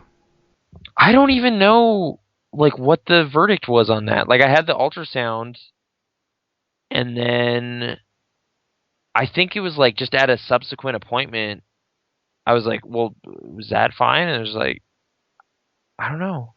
It just that never really got resolved. It just stopped happening. So, actually weird. Yeah, now that you've reminded me, I don't know if I ever actually finished that story. It's just, it hasn't happened again, so hopefully I'm okay. Kidney cancer. That's what it is. Probably. Now you got me worried again. Thanks a lot. I'm sorry. No, it's anyway. okay. It's just weird that you brought it up, and then it's just like, oh, wait, no, there is no conclusion. That never got dealt with. Uh-oh. And I just typed in, I still have Let's Play Blood on the YouTube screen here, so that's kind of funny. Oh my god. Because blood. Anyway, Zelda, it's fast. It's fast-paced. I have the 3D cranked up all the way, and it looks awesome. Like, that's kind of a weird thing. The 3D is actually very good. I agree with you. I still don't play with it a lot. Are all oriented in a vertical manner, so there's stuff stacked on top of it. So it actually helps that it's 3D. Stacks on stacks on stacks. Yeah, and like kind of transparent floors and stuff, so you can kind of see stuff closer to your face. It's weird. It's kind of a neat effect. I'm sorry. I'm sorry to bring this up again. Yep. Marshmallow in the chat just said, "Get hype for the bloody D." Yeah. It was too good to pass up. I'm sorry. All right. There you go. That's all. Also, he wants us to play. Like, I'm just gonna say this because it was kind of a weird thing I just noticed. He said he wants us to play Gotcha Force, and he said I would send you my copy just to see you play it, but you could only borrow blah blah blah or whatever. So I was just like, oh, Gotcha Force. I haven't ever heard of that, so I'm gonna look this up. Oh my God, it's $500 on Amazon. Oh, what are you? What? I That know. robot game on GameCube? Okay? I don't. You actually know what it is? I have no idea. Yeah, no. My friend Ben had it. He played that game. He might own that game. So he's got a collector's item by the sound of it. That game has a terrible frame rate. Like when you have like two people playing, it has like co-op, and the frame rate would be like 12 frames, like 9 frames a second. But okay, I'm checking. Gotcha. 497.77 Canadian on GameCube. Jesus. Okay. Oh well, wait, okay. you can buy it used for $110. Yeah, used is 110. So that's still dumb, but I get that. Okay. GameCube games. Actually, yeah, that I was like a GameCube owner at the height of that thing. Like, there's probably a lot of weird, rare stuff I missed out on. Although, hey, is Evolution Worlds a hidden classic? Checking right now. I don't know. Is it? If it is, Cha-ching. You Darn. got your own personal Bitcoin.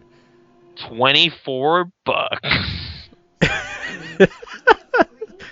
Well, Can't win them all. Even Bitcoins need some time. Yep. Damn it. I was like, that was a dumb RPG no one cares about. And then Skies of Arcadia Legends, yeah, 99, but I actually like that game, so I'm not selling it. No sale. Get out of here. Okay, this is annoying. Why do people on eBay put up like, hey, Gotcha Force, Nintendo GameCube, case and manual, non-working disc? It's like, why would you? Why? You're trying to trick people. Stop That was the thing people were kind of like freaking out about, like with the launches and stuff recently. People were selling empty boxes for like $400 and getting it. Yeah, well, because it's like really deceptive looking, especially when you have Xbox One box. It just you just glaze over that is all that says, and you're just like, yeah, the Xbox, okay, and it's like, no. Luckily, that's actually a violation of eBay's policies, so they refund those people instantly and ban that person. Okay, good. So that's still fine, because that is explicitly in their thing. Do not sell empty containers. So worthless garbage that looks valuable in photo form. Yeah. Okay. Internet scammery. I'm trying to think. I'm sure there was some other thing that was weighing on my mind, but we were talking about Link Between Worlds. I haven't gotten very far in it, so I don't feel bad about kind of taking you off the beaten path, because I don't want anything really spoiled for me, even though I played Link to the Past. But I think there might be some neat little things I might appreciate if I stumble on them, so... Okay, well, yeah, sorry, I guess I was kind of talking about the second set of dungeons you do. Like, it still follows that formula. Like, so there's some dungeons, and then they tell you what's really going on, and then there's more dungeons. I haven't gone to the Dark World yet. Okay. So... Alright, I guess I won't get too You've already spoken to me about the Dark World in the last episode. Yeah. Because you had already been playing it, and I waited to play it until I didn't have a house. Oh, okay. So that's when I did my playing. Like, oh, I'll play a portable game now because there's no television. Well, it makes sense, right? Yeah, it does. Yeah. But yeah, no, it's definitely been fun. I guess I'm just trying to like think what I want to say about like Nintendo and whatnot in general, because like there's definitely been a lot of, the Wii U isn't doing very well, and there's kind of just been posturing by like Sony and Microsoft and stuff have been like, well, we're already outselling that thing. Nintendo's irrelevant and all this. And I don't know why that bothers me, but well, okay. I guess, on one level it's just like there is a business, battle going on between all the video game developers and whatever. Like that makes sense. these are companies. Their primary interest is being the biggest and the most successful. Well, money, yeah. Yeah, but like, I guess in some way it kind of just seems like disingenuous to like gaming history or something, or like the roots of all this. It's like Nintendo is kind of important. Like, you can kind of be addicted to them and just treat them like they're just another thing, but you're the new kid on the block. So like, watch your tongue, boy. You know? Well, yeah, they've like, been in the business like longer than you've been alive in some of the cases with some of the stuff coming up. You know, it's just like, I know maybe you're tired of the formula, or like it's old, or it's just Mario and Zelda again or whatever, but like, these are kind of foundational things, and they've done a lot for this industry. Like, I don't know, like, that might just be like a weird System Wars defensive thing or whatever, but it just seems like, I don't know, disrespectful. It's weird. Like, it's like Nintendo kind of, they're important in this whole larger thing, right? Like, they made the home console make sense when it was like a dark time for video games, like after the crash in the early 80s and all this. Like, it's, I don't know. Like, and I mean, they, in a lot of ways, they did it just for money and stuff too. Like, there's not all pure vision or whatever. But I don't know. It just seemed, that just irked me a little bit. Like, just the bickery nature of this whole thing. Like, well, I always thought of like Nintendo being like the older kid on the playground or something that like the two younger kids would go talk to, and they might get mad with that person or whatever, but it was always kind of like, we gotta kind of like, first of all, he could kick the shit out of us because he did it before. At least that's their thought. Because it's like, we got beat up once, so we're gonna leave that kid be, but we're gonna like talk to them and blah blah blah. But like, you and me, let's go. It's go time. Mm-hmm. But now it's kind of like, those kids grew up and Nintendo didn't. So now it's like, I don't know, I could probably take a swing at you. And Nintendo's like, oh shit, I'm no longer the big kid anymore on the block. And it's kind of sad. Like, it is kind of sad. I guess I can see that in a way. Like, the kind of man-child or whatever, like they never grew past a certain point and they're still doing it the same way. And it's kind of endearing, but it's been so long that it's just kind of like, I don't know, the world's changed. Like, aren't you gonna catch up or whatever? Like, yeah, but war never changes. War doesn't. But I don't know. It's just kind of been this, like, you know, like, I'm in that camp where it's like, I grew up just buying the Nintendo system, so I'm keeping doing that. Like, you know, last year it kind of didn't make a lot of sense for me to buy a Wii U, but I wanted one because I know I'm going to want to play the new Mario and the new Zelda, and here I am doing that. But I guess maybe, is it making less and less sense for people to do that too? Like, is there not an audience? Like, I mean, just hearing stories about like kids being crazy excited about the PlayStation 4, and then there's like a new Mario game out and like new Zelda out and everything on the Wii U, and just, people aren't, that is not a hot item. It's just like, what are they even playing? Like, why do they care about that system so much? I still blame the parents. They're not the target audience for Killzone. No, I still blame of course they are now. Like, this is what I'm blaming, is that there was a time where like an R-rated movie, your parents wouldn't take you to, unless maybe you were 16 and you had like the parent that was like, you can drink, but only if it's at home and I'm home. Right. Like, if you had that type of parent, they would be like, okay, let's go to a rated R movie or something. But like, nowadays, it's like, I don't care, you're 12, like, take $20 and leave me the fuck alone. Go to do whatever. Right. That's kind of like the attitude now. So like, now that other kids can play the Call of Duty or the Killzone or whatever, and they see the bigger kids talking about it, and they want to play. They want to be in on the zeitgeist. Right. That's what the problem is, because the zeitgeist has changed now. Back then, it was about the Mario. I didn't even really think about that. Like, it's like, yeah, like, we complain about the Xbox Live kid all the time. Like, you know, the 12-year-old playing Black Ops and just freaking out. But it's because he wants to be the 24-year-old on the other side. He wants to be the older brother that he sees, like, doing Spec Ops sort of stuff with, like, his buddies and having a good time and killing stuff. Right. Well, I mean, I guess maybe it's like two things. It's like, yeah, like a considerable number of kids who are ostensibly the target demographic for Mario and Zelda and Pokemon, I guess, as well, but that seems to still work. That's because Um, it's a handheld. right, like, so it's kind of a different ballpark.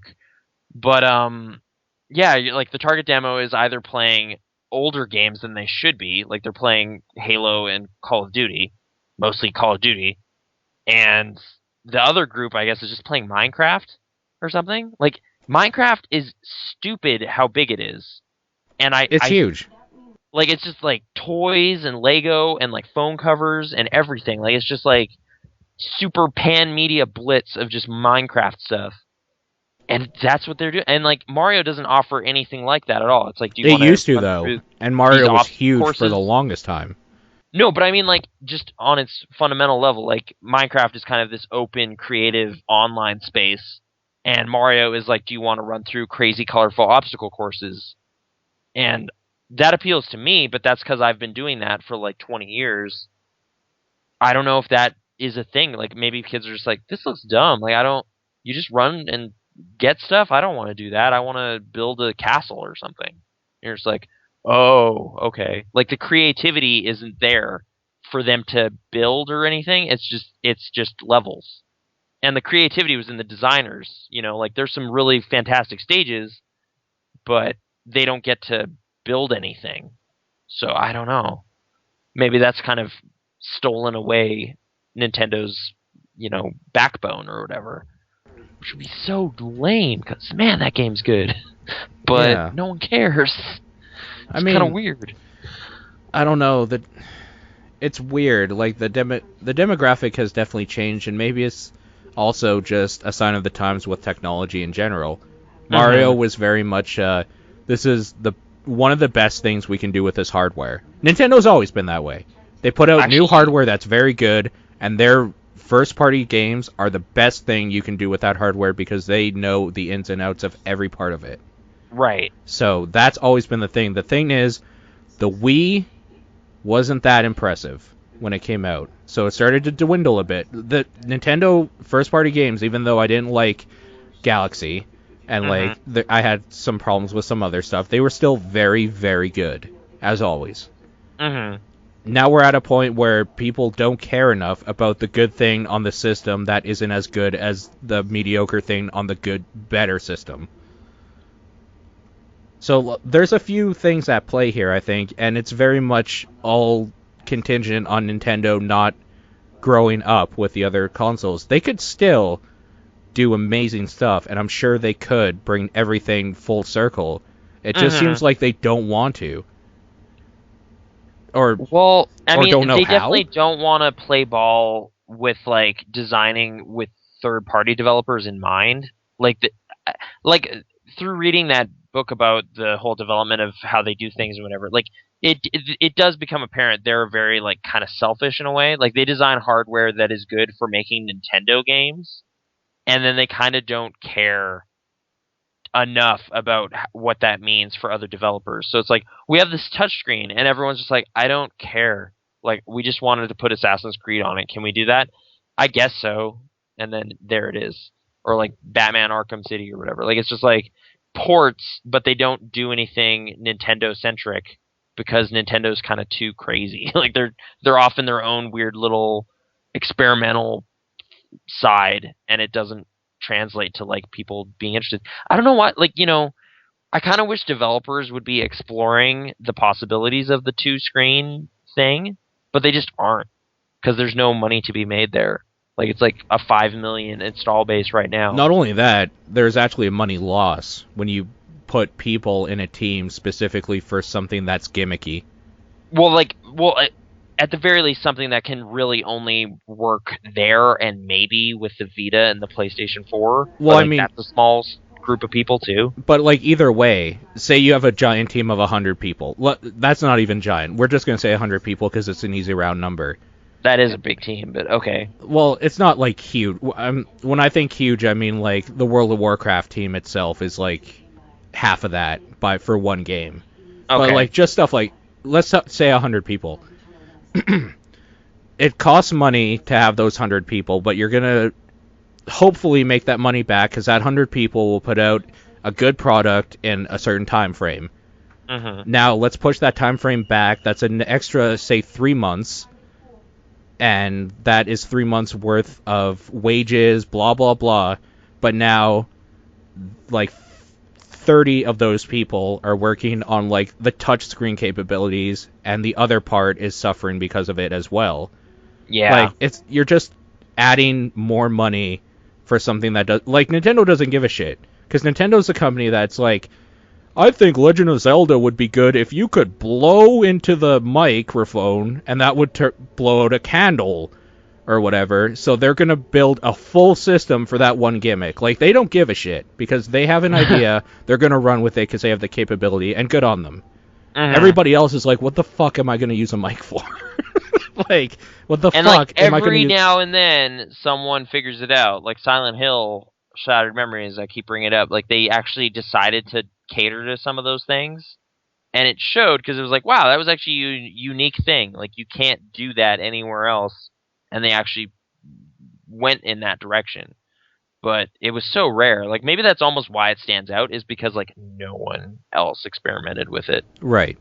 So like, yeah, like there's gonna be like a half dozen games maybe that are gonna like really think about, like Zombie U might be one of them, really, that like actually takes the unique feature of the system into account and does something with it. But that's not gonna happen very often. So I'm like looking at my game shelf right now. It's like a giant train of 360 games, like 20 Wii games, and then like 6 Wii U games. And I don't know how much longer that train is going to go until the end of that system's life. I don't want another Dreamcast situation. That would suck.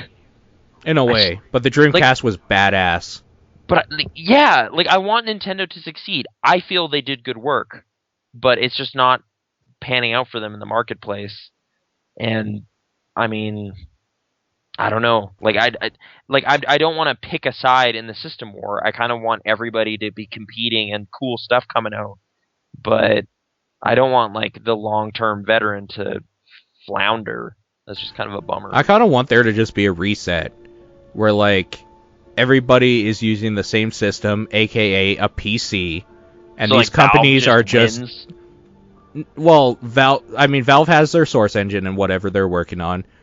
Yeah. We're saying like Nintendo develops their own thing, Microsoft their own blah blah blah. Mm-hmm. And then it's like, now you're all on the same platform, you all have the same hardware limitations or like possibilities depending on what people have. Just make the best of it. I would like to see like what a brawl would look like between all of them. Right. Like a single system world where it's just like just come up with cool ideas. Like, it's the design that matters. Like, yeah, in a way you are seeing a lot of like cool creative stuff coming out of the PC space because it's like viable now and accessible. Right. But I don't know. It's a weird thing. I mean, exclusives I think are becoming kind of just irritating to me now. Like, for a long time it's like, well, that's just the way it is. But now when they kind of announce, like, well, there's a new Uncharted coming out, it's just like, God damn it. Like, just stop being assholes. Like, with Last of Us, like, a lot of people were interested in Last of Us that don't have PlayStation 3s, and it's just like, am I really going to buy a system for, like, a game? Can't you just put it on PC? Like, I'll give you $60. Can't you just not close it off? Like, I'll give you $60 6 months after it's released on its own system. And, like, this is the thing. It's like... it's almost confusing for some people. It's just like, wait, I can't play this on... Why? Like, I'll buy it. It's like, no, it's not an issue of you being willing to buy it. They just made it so it wouldn't work on this thing. Which is stupid. I don't know. I mean, for one thing, let's just say, like, money-wise, right? Yeah. You are the owner of Sony, or what... You're Naughty Dog. Whoever gets the money for Uncharted 3. Yeah. Or Last of Us, or whatever. You released on the PlayStation, the people you have a contract with Sony, and you're getting $60 a pop for, like, we'll say 3 months, as long as your zeitgeist lasts, where people are talking about you, blah, blah, blah. Now that price has dwindled. There's like secondhand copies, there's thrift shops, blah, blah, blah. like maybe it's now worth $20. Why wouldn't you release it just for like $50 6 months later to the people that didn't get to play it on PC? Mm-hmm. Like, you're still making more money that way. But no, Well, I mean, no, fuck them. Bunch of fucking retards. like, I mean, that seems to be very much what Rockstar is about to do with Grand Theft Auto 5. Like, they enjoyed, like, the huge high profile of, like, giant new game came out, selling millions of copies, $1 billion, and then that goes away, and then it's like, assuming they do it, which they used to do, they'll announce the PC version, then it'll be like a big spike in people caring about it again. Yeah. And then the PC version will come out, which will kind of be the definitive version of that game, because it'll have mods and like crazy, way better graphics and all this crazy stuff, and then it'll be like, all right, now they can close the book on Grand Theft Auto 5 and move on to whatever's next. And they've already made all the money. Like, they made all the money twice. Like, it's like, Yeah. like, you know, like crazy people like me will buy it again. Because it's just like, well, I want the best version, so that'll happen. Like, I mean, Skyrim, I own 2 copies of that game. Because, like, I played it on 360 and then bought it on PC. And I've done that a lot lately. Like, I'll just get the game again on PC because it's, like, cheaper there. And it's still, like, it's a great version. It's like, that's, like, my legacy version. Like, that goes in the archive, essentially. Like, it's like, yeah, I don't know. But, I mean, Sony is kind of a weird case because, like, their hardware was so weird last generation. Yeah. Like, it was bad. that it's not at all trivial to do that kind of thing. But even so, like, I mean, Microsoft is no better at this. Like, Halo, why wasn't that on PC? Sony has a bad problem with thinking proprietary is a good way to make money, and really it's just a good way to piss and alienate everybody. Like, I mean, yeah, that I had to buy a Vita memory card. Yeah, like, they should go fuck themselves and die. It's kind of, yeah, like, I mean, it's kind of awful because it's like, you know what? Like, the way this dynamic should be working, you're welcome I bought a Vita. Like, no one cares about this thing. Like, I spent money on your dumb kind of afterthought weird system. Like, and then, like, the payback for that is also you need to buy a giant memory card. It's like, okay. Like, it's kind of this balance thing where it's like PlayStation Plus is really generous in some ways, but then, yeah, they keep kind of going to this proprietary thing and then, like, actually locking down exclusives and, like, not putting stuff out elsewhere. I don't know. Like, that's kind of all they have at some point is their exclusive titles and, like, their extra media offerings. Like, do you want to watch this sports package here or whatever? But I don't know. That's not appealing to me. Sony should go fuck themselves. A little bit, maybe. So should Microsoft and to an extent Nintendo. I mean, they're all doing some things wrong. And I mean, I don't want to be like, well, the PC isn't doing any of those things wrong. Like, the PC is kind of just the Wild West in a way still. You know who's not doing anything wrong? But I like that. What? Blizzard. That's true, they're Activision. Well, I mean, yeah, kind of. Yeah. I mean, when you say they're Activision, they're still Blizzard. The Activision name doesn't really affect a lot of this stuff except for some of their money-making things. And I mean, you could also, I mean, I know you're probably joking, but like Blizzard also just steals from everybody. We already talked about that. Like, right. I don't know if I don't care if people steal from other people. It's just that if you steal from other people, you better make it damn good. And they do that. Actually, that is a thing. Like, okay, I don't know why. Like, just here's just a thought that came up. Again, I'm listening to 2-year-old Giant Bombcast because I'm crazy. They were just talking about Johann Sebastian Joust. That game is not out. Like, right. 2 years later, that game is still, like, kind of just a myth. It's not real. Like, Sports Friends is coming out soon, so it'll finally kind of come out. But do you remember that iPhone game, Papa Quash, that was that idea? Yeah. That came out. Yeah. You know, like, that still bothers me that it's like this weird, we own this premise or something. Like, I don't know. That game doesn't seem like feasible to me.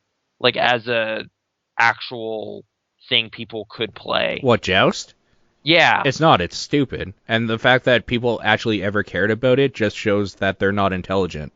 Well, I mean, it shows that it's like a fun thing in a convention setting, but like, But it's not, because it's just one. You could do that with a screwdriver. Like the people doing it is what's making it fun. It's not. like It's literally okay. We're it's at the most impractical game. I mean, it's like handing somebody a ball, and then it's like, isn't this fun? And it's just like, not inherently. Like, it could be fun if I'm playing it right with like no. people. See, it is a ball. This is what I'm getting at. Is say we're at a party with 10 people. I don't know why I need to put numbers in every analogy. I'm sorry. Okay, but there's 10 people here at No, the party. okay, it doesn't fucking matter. We're at a party with people, more than us. Yes. One person is operating the music, and there's music playing. Everybody else has a ball. Joust is literally one person pressing pause and everybody hitting each other until that ball falls on the floor, and then they're out. Yeah. Like, fuck that. Fuck anybody that thinks that's a game. They're an idiot. I mean, I just don't... I never had the most fun in the world playing it. And it's just because, like, it's just like, well, if you knock the thing, then I lose. Okay, like, is the game, like, who's willing to be the biggest asshole right now? And, like, kick you or something? Because, like, that was the description I was getting on the Giant Bombcast, was, like, people throwing chairs at each other and, like, doing weird stuff to knock each other over. Like, that's a game in the same way, like, wrestling is a game, I guess. But I don't know. Like, it's a game. I don't deny that it's not a game, but it's not like, I don't see the genius in it either. But then like, you could say sitting on your hand until it loses all feeling and then masturbating with it is a game. It's kind of a game because it seems like another person. But no, I know. I don't know. Like, then we get into this territory, what is a game, and then the whole interview with Ed Key comes up again, which will be out soon, so you can hear it then. Right, but like, I'm never kind of dismissing like what is the best, purest version of game or whatever. Like, that's not what I'm getting at. I am. I'm more just saying like, this doesn't seem that fun. And then there's people saying like, this is a genius thing, this is amazing, I had the most fun ever playing this, and I just don't, like, it's just like, I don't Genius. understand. Genius. No, like, design awards and like in IGF praise and all this stuff, and it's just like, okay, I don't like, or, oh man, or Jason Rohrer, who just makes like conceptual ideas and then wins awards, and it's like, I mean, at some point, if you're not actually bringing something out for people to see and play, I don't know what to, like, that's not the same thing. I'm like, a little annoyed with Jason Rohrer. Like, I mean, what is that? What's the one game? Passage? Like, that's a thing I have. I have it on my phone. Yeah. I can play it right now if I wanted to, and that's a product he put out. Like, everything after that I've heard about is like this kind of weird idea, and it's like, well, that's a clever idea, but it's not real, essentially. Like, it's not a thing. Like, you're a very clever man. I get it, but you're not a game developer. Like, with this product, like, you can't put this on a gameography list or whatever. Like, this isn't a thing.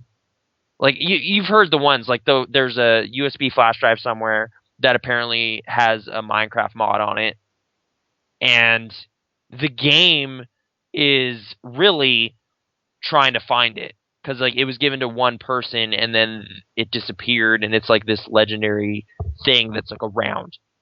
That it wasn't really distributed. Like, it's not out really. And then the other one was a board game he buried in the desert, and it's like, okay, because like, the whole challenge was design a game that people will be playing thousands of years from now. So he took that completely literally and hit it so that it would mathematically probably be found 2,000 years from now and be played.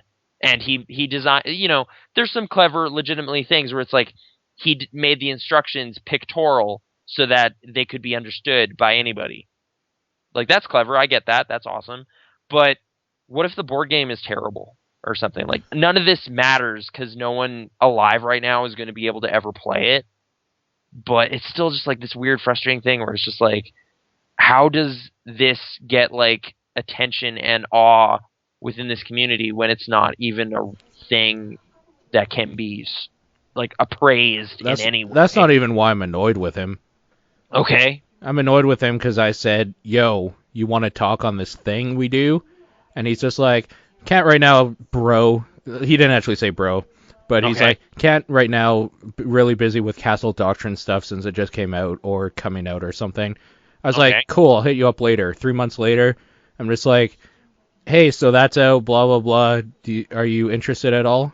He's like, I don't have time. And that was like just basically it's like, well, fuck you. Your games aren't even that good. Like, I wanted to talk to you because you have interesting ideas, not because you make good games. Mm-hmm. That's why. So, whatever. Okay, I didn't know that part of the story. All right. I don't know. I've just been, like, weirdly confused by about what? Reputations. What reputations? Like, just developer reputations that seem kind of questionable. Like what? Well, like what I just said, essentially. Yeah, but like what else? I mean, it was obvious that what you just said, but you say you're confused about other, like, just in general. You don't have to lambast anybody, just like... No, like, I'm trying to think if there's anybody else, like, on my mind that just kind of is a bit of a conundrum to me. Or is this something we should talk about when the tape isn't rolling, so to speak? Well, I already feel like we're just kind of, like... calling people out? Throwing, like, spitting at people for some reason. Like, well, I wasn't calling him out specifically about the game. I was calling him out for being a dick. More than anything. Well, it's Twitter. Like, I don't expect it wasn't Twitter, it was an email. Oh, okay. I don't do that stuff via Twitter if I can help it. This is all news to me. I haven't reached out to that many developers. Like, okay, there's actually one person I would, whatever. That's probably something I should save for after the show. Sure. Like a developer, I'm actually like, I would, if I can ever contact him, I'd like to talk to this person because no one talks about him. But anyway, yeah, I don't know. Marshmallow saying, let's call out the listeners. Like, just start calling out the listeners for not. What? Like, oh, like if we're just stomping on toes right now? Yeah. I don't know why I'm even doing that. I think it's just... There has to be somebody. I'll call someone out. Okay. I'm not exactly sure. I'm not exactly sure of who that's going to be. I need a second. Oh, okay. But, I think some about reviews lately. I've been kind of... Sure, let's talk about reviews and how pointless they are. They kind of are. Like, yeah. I mean, actually, that's maybe one of the cool things. Like, the Steam reviews, like, those are actually... You mean Valve Twitter? Yeah. Well, no, but Steam reviews are actually more worthwhile reviews to me in some ways because they have stats associated with them. So when I'm looking at State of Decay, it's like, okay, this guy has played 68 hours of State of Decay, and he says it's pretty cool. That opinion means way more to me than this kind of, like, IGN or whatever, because I don't have that information, you know? Like, this just lays it out. This guy played a hell of a lot of this game, so maybe you'll like it too. Like, it's like, that's more compelling evidence to me than some critic somewhere. I agree with you on the basis that you can go into know? that guy's library and see what else he's played 60 hours of. Actually, yeah, like, that's kind of been a thing with, like, just the game stats. Like, there are some people on my Steam list that I'm just like, wow, this guy's really cool. Like, his taste in games is immaculate. Look at this. This is amazing. Who is it? This one dude, Apples Man. Okay. It's like Apples. This is a good call out, so we should be happy about it. Yeah, that dude is, like, a crazy good at Splunky, like, first off. But then, like, his wish list is also just full of stuff I'm interested in. I don't know. This dude just seems like a cool dude. Thumbs up. You found your Steam mate. Steam buddy, yeah. Yeah. Good times. So, I don't know. Like, that social service is kind of providing better information and feedback than, like, an industry that is about that. Like, I don't know. How much does it kill you when you look at somebody's, like, stats or whatever and see that they've played, like, 40 hours of Tomb Raider? You're just like, ugh. That doesn't bother me. It bothers me because I don't. First of all, I'm pretty sure that's an 8-hour game. So what the fuck were you doing? It's like I'm playing it over and over. It's the only game I have. I know what they're doing. They put Lara up against a wall so the camera angle would be just right, and then just went to town doing the stranger I was just talking about. Every night. And it adds up. Well, I mean, that's how you get to 40 hours. I mean, it's like a 10-minute session or whatever. But yeah, like they didn't even play through the first 8 hours. They played through maybe an hour of it, then they found that wall. That's why they played through the hours, because they had to find the wall where the camera angle would be just so. Well, the telltale thing is, like, they've played 40 hours, but they have, like, 3 achievements in that game. It's weird. You're right, actually. You can see that. There are people like that I have seen, where it's just like, how do you put 100 hours into a game and have 2 achievements? I mean, that's maybe a flaw in the thing I just said. Like, Steam occasionally just gets things really wrong. Like, the hours played. Well, there's been times that I've, like, been playing a game, and then just had to go, and the game didn't close properly, so it thought I played 24 hours of it. Right. Like, I think it's, like, some crazy number on Civ 5 or something. Like, on Brittany's account, it's like 800 hours or something, and it's just like, really? And it's just like, no, we played it a lot. Like, she had roommates who also played it, but even so, like, cumulative couldn't have been that much. That doesn't make sense. Like, it's just that thing where, like, the computer clock or whatever just got it mixed up or whatever. It's not accurate. Every now and then it inflates that stuff. But then, you know, some people where it's like they have thousands of hours in, like, Dota or Team Fortress, it's like, you know what? Probably. That makes sense. I mean, if you're playing it every night for years. Well, like I think I'm at 200 hours of Dota. Mm-hmm. But you have to take into account, there's a lot of times I would sit in the lobby and, like, try to find a group. Mm-hmm. Then when the group was found, there'd be at least a 5-minute wait time per game, and that would happen every single game, and every game is probably about 40 minutes. So every one game, with everything included, is probably a little over an hour and 10 minutes. Right, of total that EXE is running. And like Hearthstone, like I said, I've probably played at least 200 games now. Yeah. And it's maybe been, I'm going to say 30 to 40 hours total. So, huge difference with, like, wait times and stuff. Okay. Gotcha. I don't know. People out. All this calling people out, it's making me a little tired. I am, like, my voice is dying. But, okay. You know who else is dying? Who? Or who else died? Oh. Wow. So, Paul Walker, best known for a lot of people from his roles in Fast and Furious, Too Fast, Too Furious, blah, blah, blah, every movie with the word Fast and Furious in there. Except Tokyo Drift. Yeah. Died this week. Very tragically, in a fiery car crash. Sorry. Don't do that. No, okay. Very seriously. It sucks. That the music hung there, that was almost perfect, because it's like, alright, we're gonna break this now. But yes. So, Paul Walker is dead. Yep. Too fast, too soon. I've been seeing so many bad jokes like that, and yeah, it's just like, you can't even think of a more ironic thing to happen, but yeah, it was just like, weird, unbelievable news. Like, it's just like, what are you talking about? Paul Walker died. What? In a car crash. This is a joke right now. Within hours. That joke. Yeah. Within hours of that, somebody had drawn Paul Walker driving a car very fast with Brian Griffin in the seat beside him. Oh my god. Pretty great, right? They're driving up to heaven. I saw there was pictures on Reddit of the car crash, and you can see his burnt up body. What? Yeah. Oh man. There's a whole mangle of trash. Yeah. And like in this Imager folder or whatever, they had the picture, then they had the picture again, but they outlined the driver where his body was and the dashboard and Paul Walker's body in the wreckage. And then if you look closely, you can see it again. Jeez. It just looks like a giant mound of fiery death.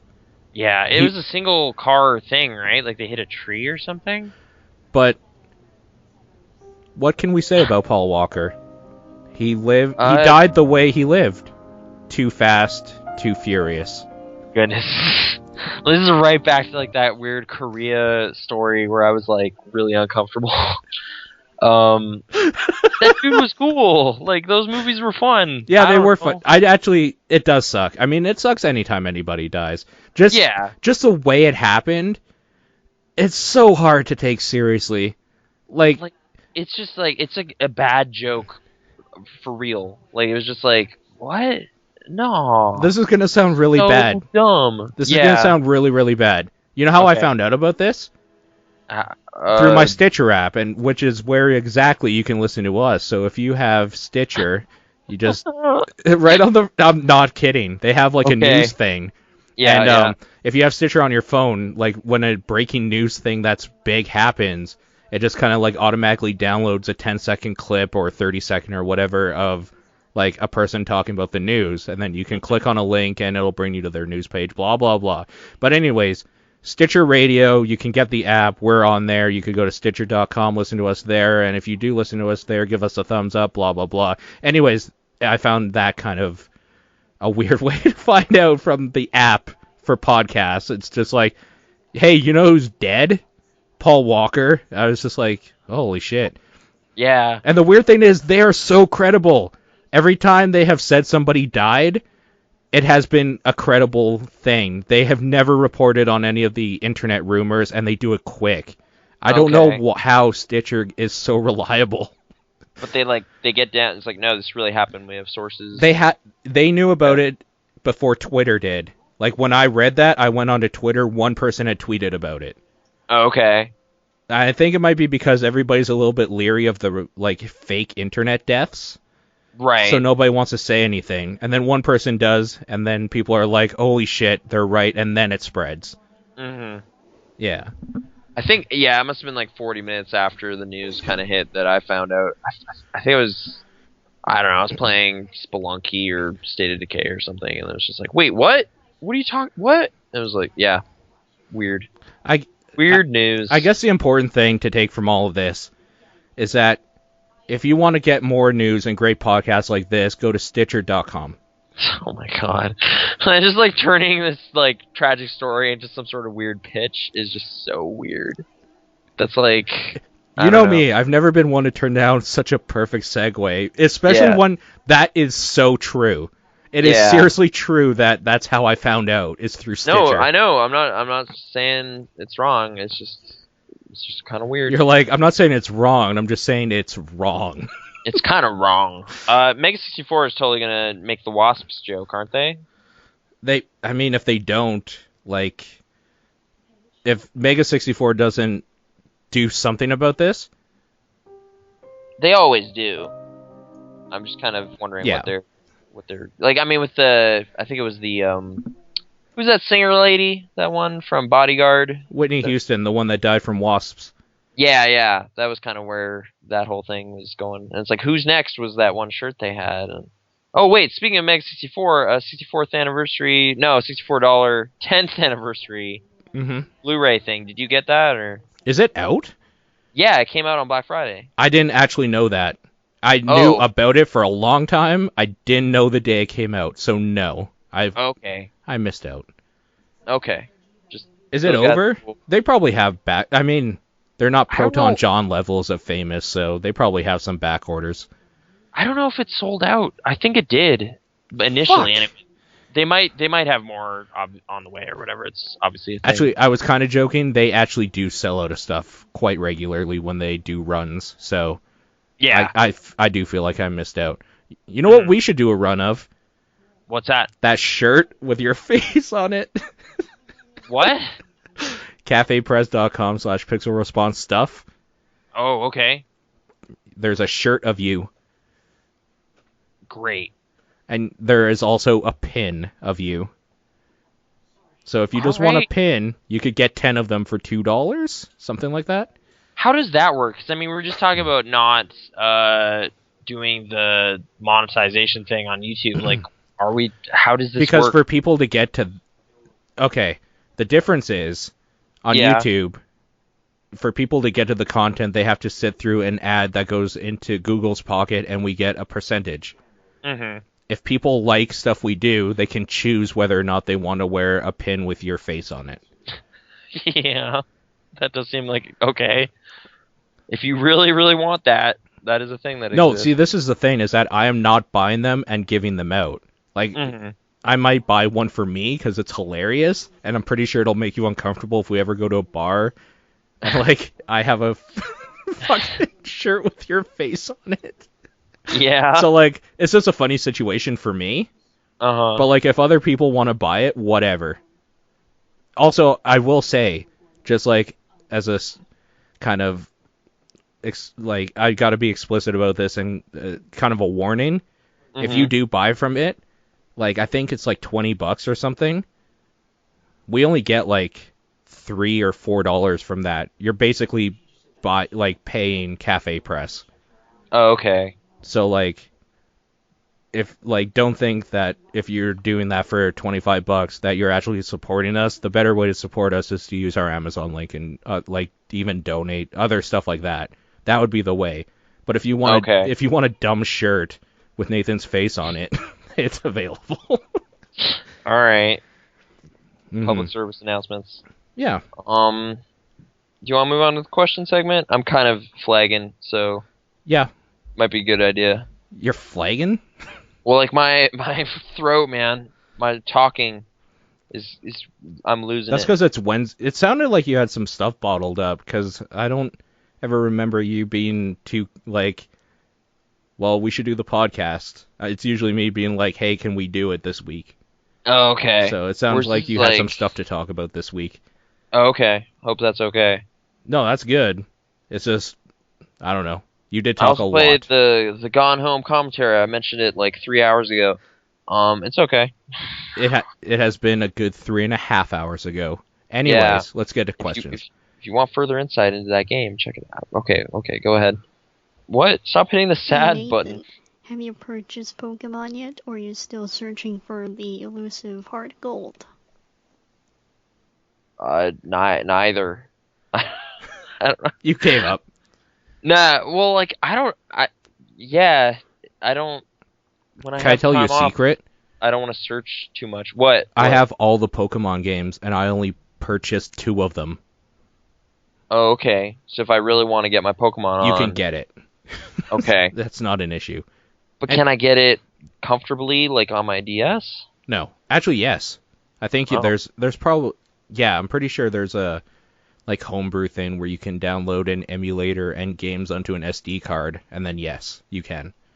Oh, weird. Okay. I mean, I'd prefer to find the cartridge I bought with money, like, 3 years ago, but I don't know what happened with that. There's, like, new games that just came out, so I might save that for, like, a lull period next year. See, the problem is, like, because I have the digital copy, I can't even lend you my copy of Pokemon to play for a bit. Yeah. That sucks. I mean, there is kind of a weird... Like, I mean, as much as I'm a digital feature fan, yeah, every now and then it becomes kind of a drawback. Like, you're just like, oh, wait, I guess I don't really own anything, huh? I just can play it. It's like you're borrowing it, but it costs you... when you buy a game, you don't own it. A lot of money. You license it. Even when you have a cartridge? Yes. Because you don't own the property. You're just licensing a copy of it for your own personal home use. I guess so, but you still have, like, a backup of it, I guess. You know, like, you have a thing. Sure. But, okay. And, yeah, I don't know, like, perpetual sorry for the Pokemon situation, but I'm not too invested. I'll say it for you. Sorry, but not sorry. Next question. I want to play Zelda. This question is sort of related to this week or last week. Okay. What is your favorite Thanksgiving food? Mine is either turkey or... Well, I don't really like much other than turkey, so probably just turkey. That's not related to either, because Thanksgiving was a month and a half ago, moron. No, whoa. Yeah, no, that was way too hostile. I wasn't going to phrase it like that. I was going to be like, oh, this is weird. Was this an old question from like a month ago? It's weird. I feel kind of bad, because I actually like Meowth. Yeah, And don't be harsh. That's I'm mean. not. I didn't mean to be that harsh. I'm Pumpkin sorry. pie, I guess. I don't know. Like, can I lump that in as a Thanksgiving treat? It just seems like around the time when that starts to happen is pumpkin pie. What about for our listeners that don't have family? They didn't get a Thanksgiving. What do they have to give thanks about? It's Man, kind of that's like John Candy's character in Planes, Trains, and it's Automobiles. kind of a cruel question if you think about it. Maybe people can't eat turkey because they are allergic to birds.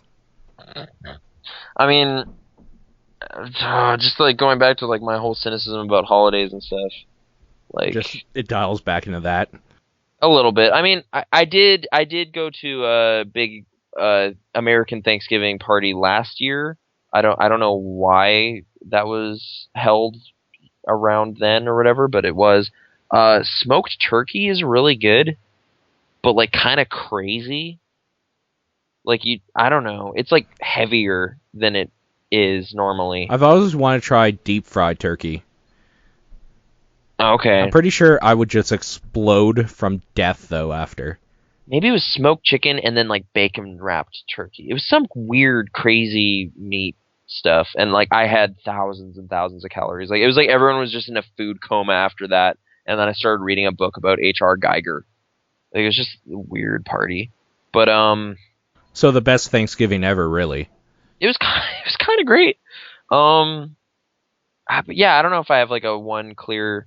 Oh no, probably I think I might have said this for something at some point. My grandma makes this broccoli rice casserole. That's really good. Yeah, our family does that for Christmas. Yeah, so that's something I really like. It's got cheese in it and it's creamy. It's awesome. Yeah. Um, I yeah, Again, I sincerely apologize for the comment. it's late It's and it's almost 1 a.m. when we're doing this, so right, and this has been like calling people outcasts. So it's just I know. I've been punchy. It's kind of Yeah, I think it's just the season. I'm just like It's a season, the fact that wound up. somebody from my work quit, so I have to pick up their slack now. Like, it's just a bunch of things. I'm Man, just punchy. yeah, and I have work tomorrow, so What but then time? I finally get time off. What time do A you work little. tomorrow? 11. Nice. Yeah, We should text each other all day and be like, how's work, lol. it's just like, well, at least I'm listening to this album I like, but I'm packing boxes. You know how it At is. least you get to listen to stuff. There you go.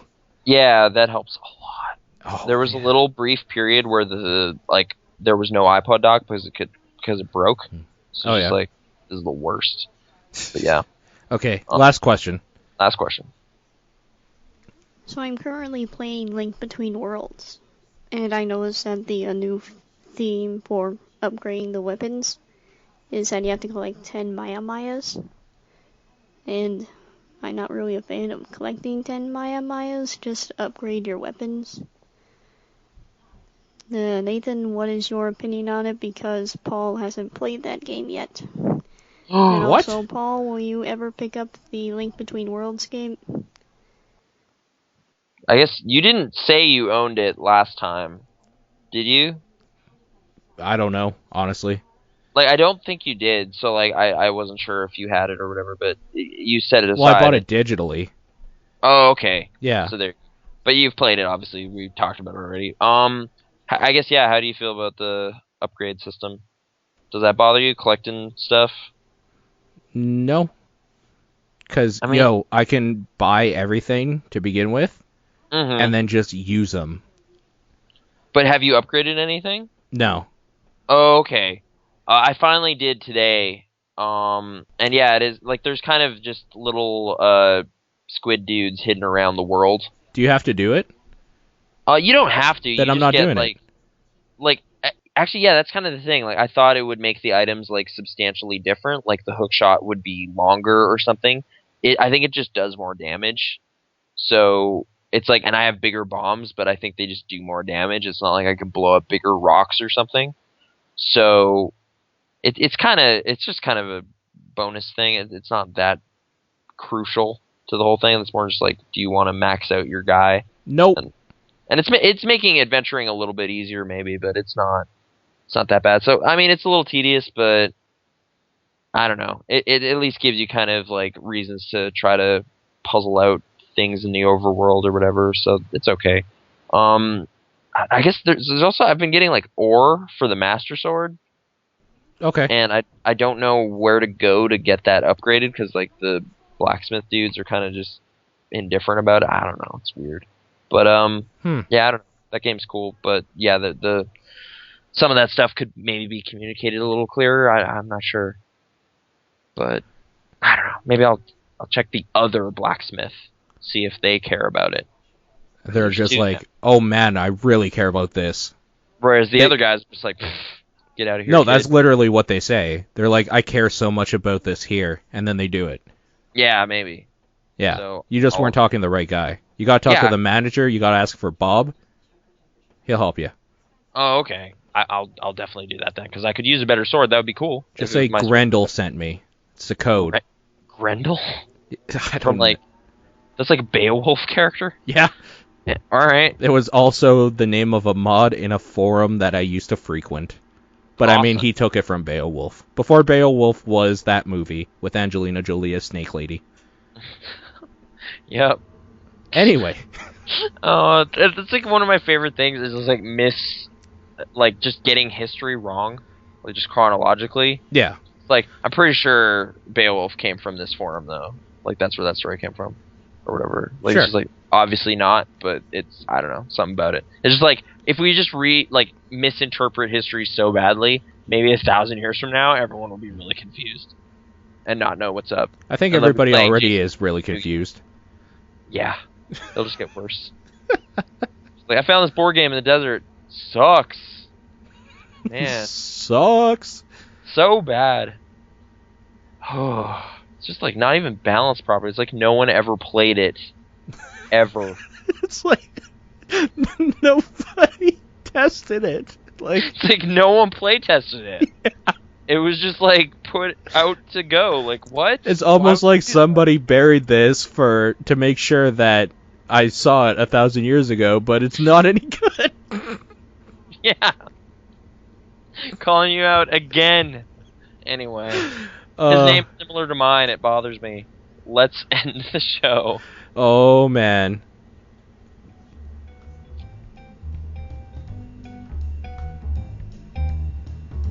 Got a question or comment for the show? You can email us at podcast@pixelresponse.com or leave a voicemail using the voicemail feature on the right side of the main page.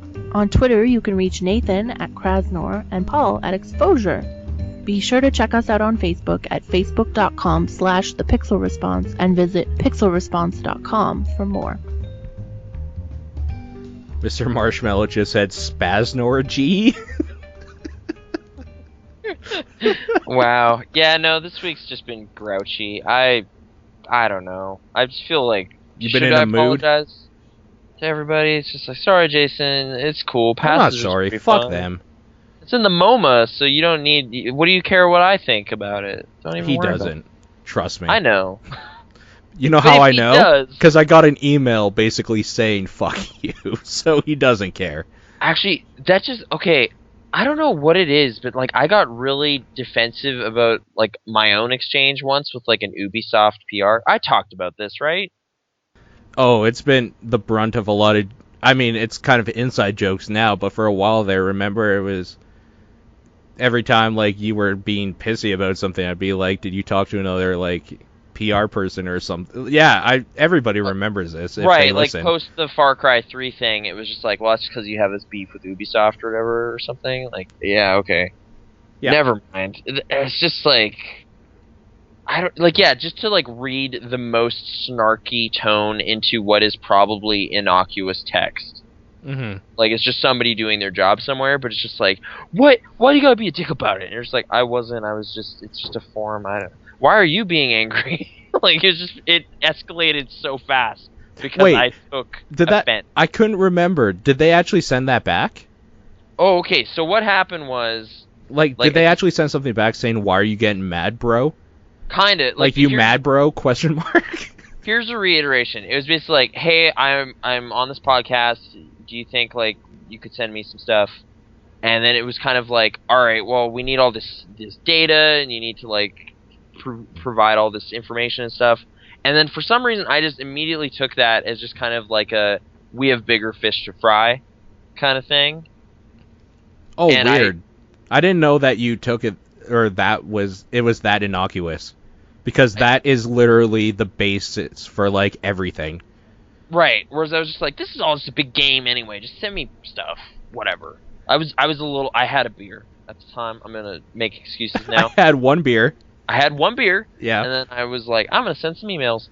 So I replied with a video from Heat of Al Yes. Pacino yelling.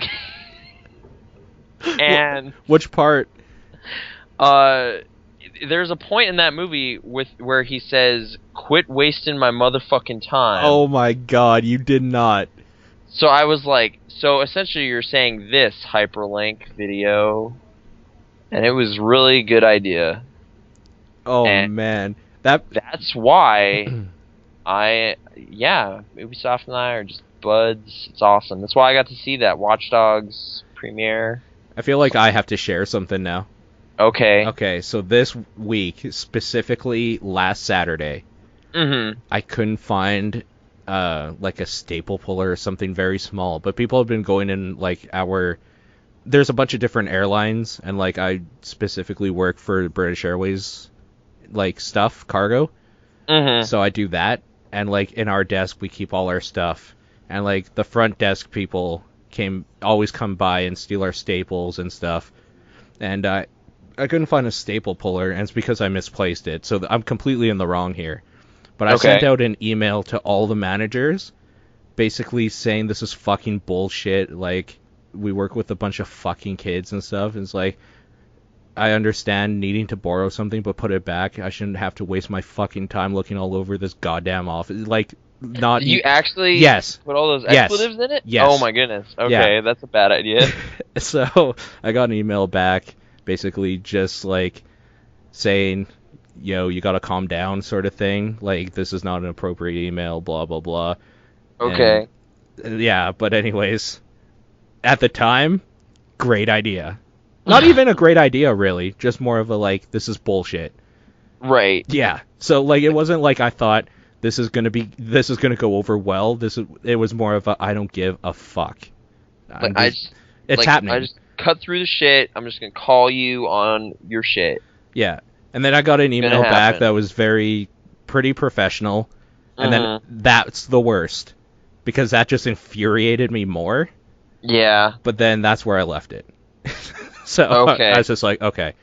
I wrote an email back saying, fair enough or whatever, and blah, blah, blah, and just whatever, disregard my last email. That was basically it. But, yes, I know where you're coming from, and, I mean, if it makes you any madder, that email you sent, some dude or lady or whatever got paid more than we will ever see just to respond to that email for that 15 minutes. No, I know. Like, I think that's part of, like, what makes it kind of just annoying to me is just, like, I'm not, like, trying to pull a fast one or, like, make a quick buck or anything. Like, I'm just a guy who likes video games. Yeah. I just want to talk about them. Oh, if you I like them so much that I just talk about them. If we want to talk about annoying, yeah, we've been denied free things for the Calgary Expo 2 years in a row. And it's just like for local convention. And it's just like, who the fuck are you? You couldn't even handle all the tickets you sold like 2 years ago. You're not even a convention. Like, I understand when Mike and Jerry and Robert Koo from like Penny Arcade, when they have to put restrictions on because they sell out in minutes. You're fucking nothing, Calgary. Actually, they sold out last year before the show, and it's kind of ramping up. Tickets cost more this year. It wasn't ramping up great though, because you could they didn't sell out in literally 10 minutes. Like, no, it's not at that level, but it's getting bigger. It is getting bigger. I'm talking about like before last year. Yeah, a couple years ago. Yeah. I gotcha, but I don't know. It's like $80 this year. Is it? Yeah. They should probably go fuck themselves. I do have the email and personal Twitter of the dude that runs it. I might tell him to go fuck himself.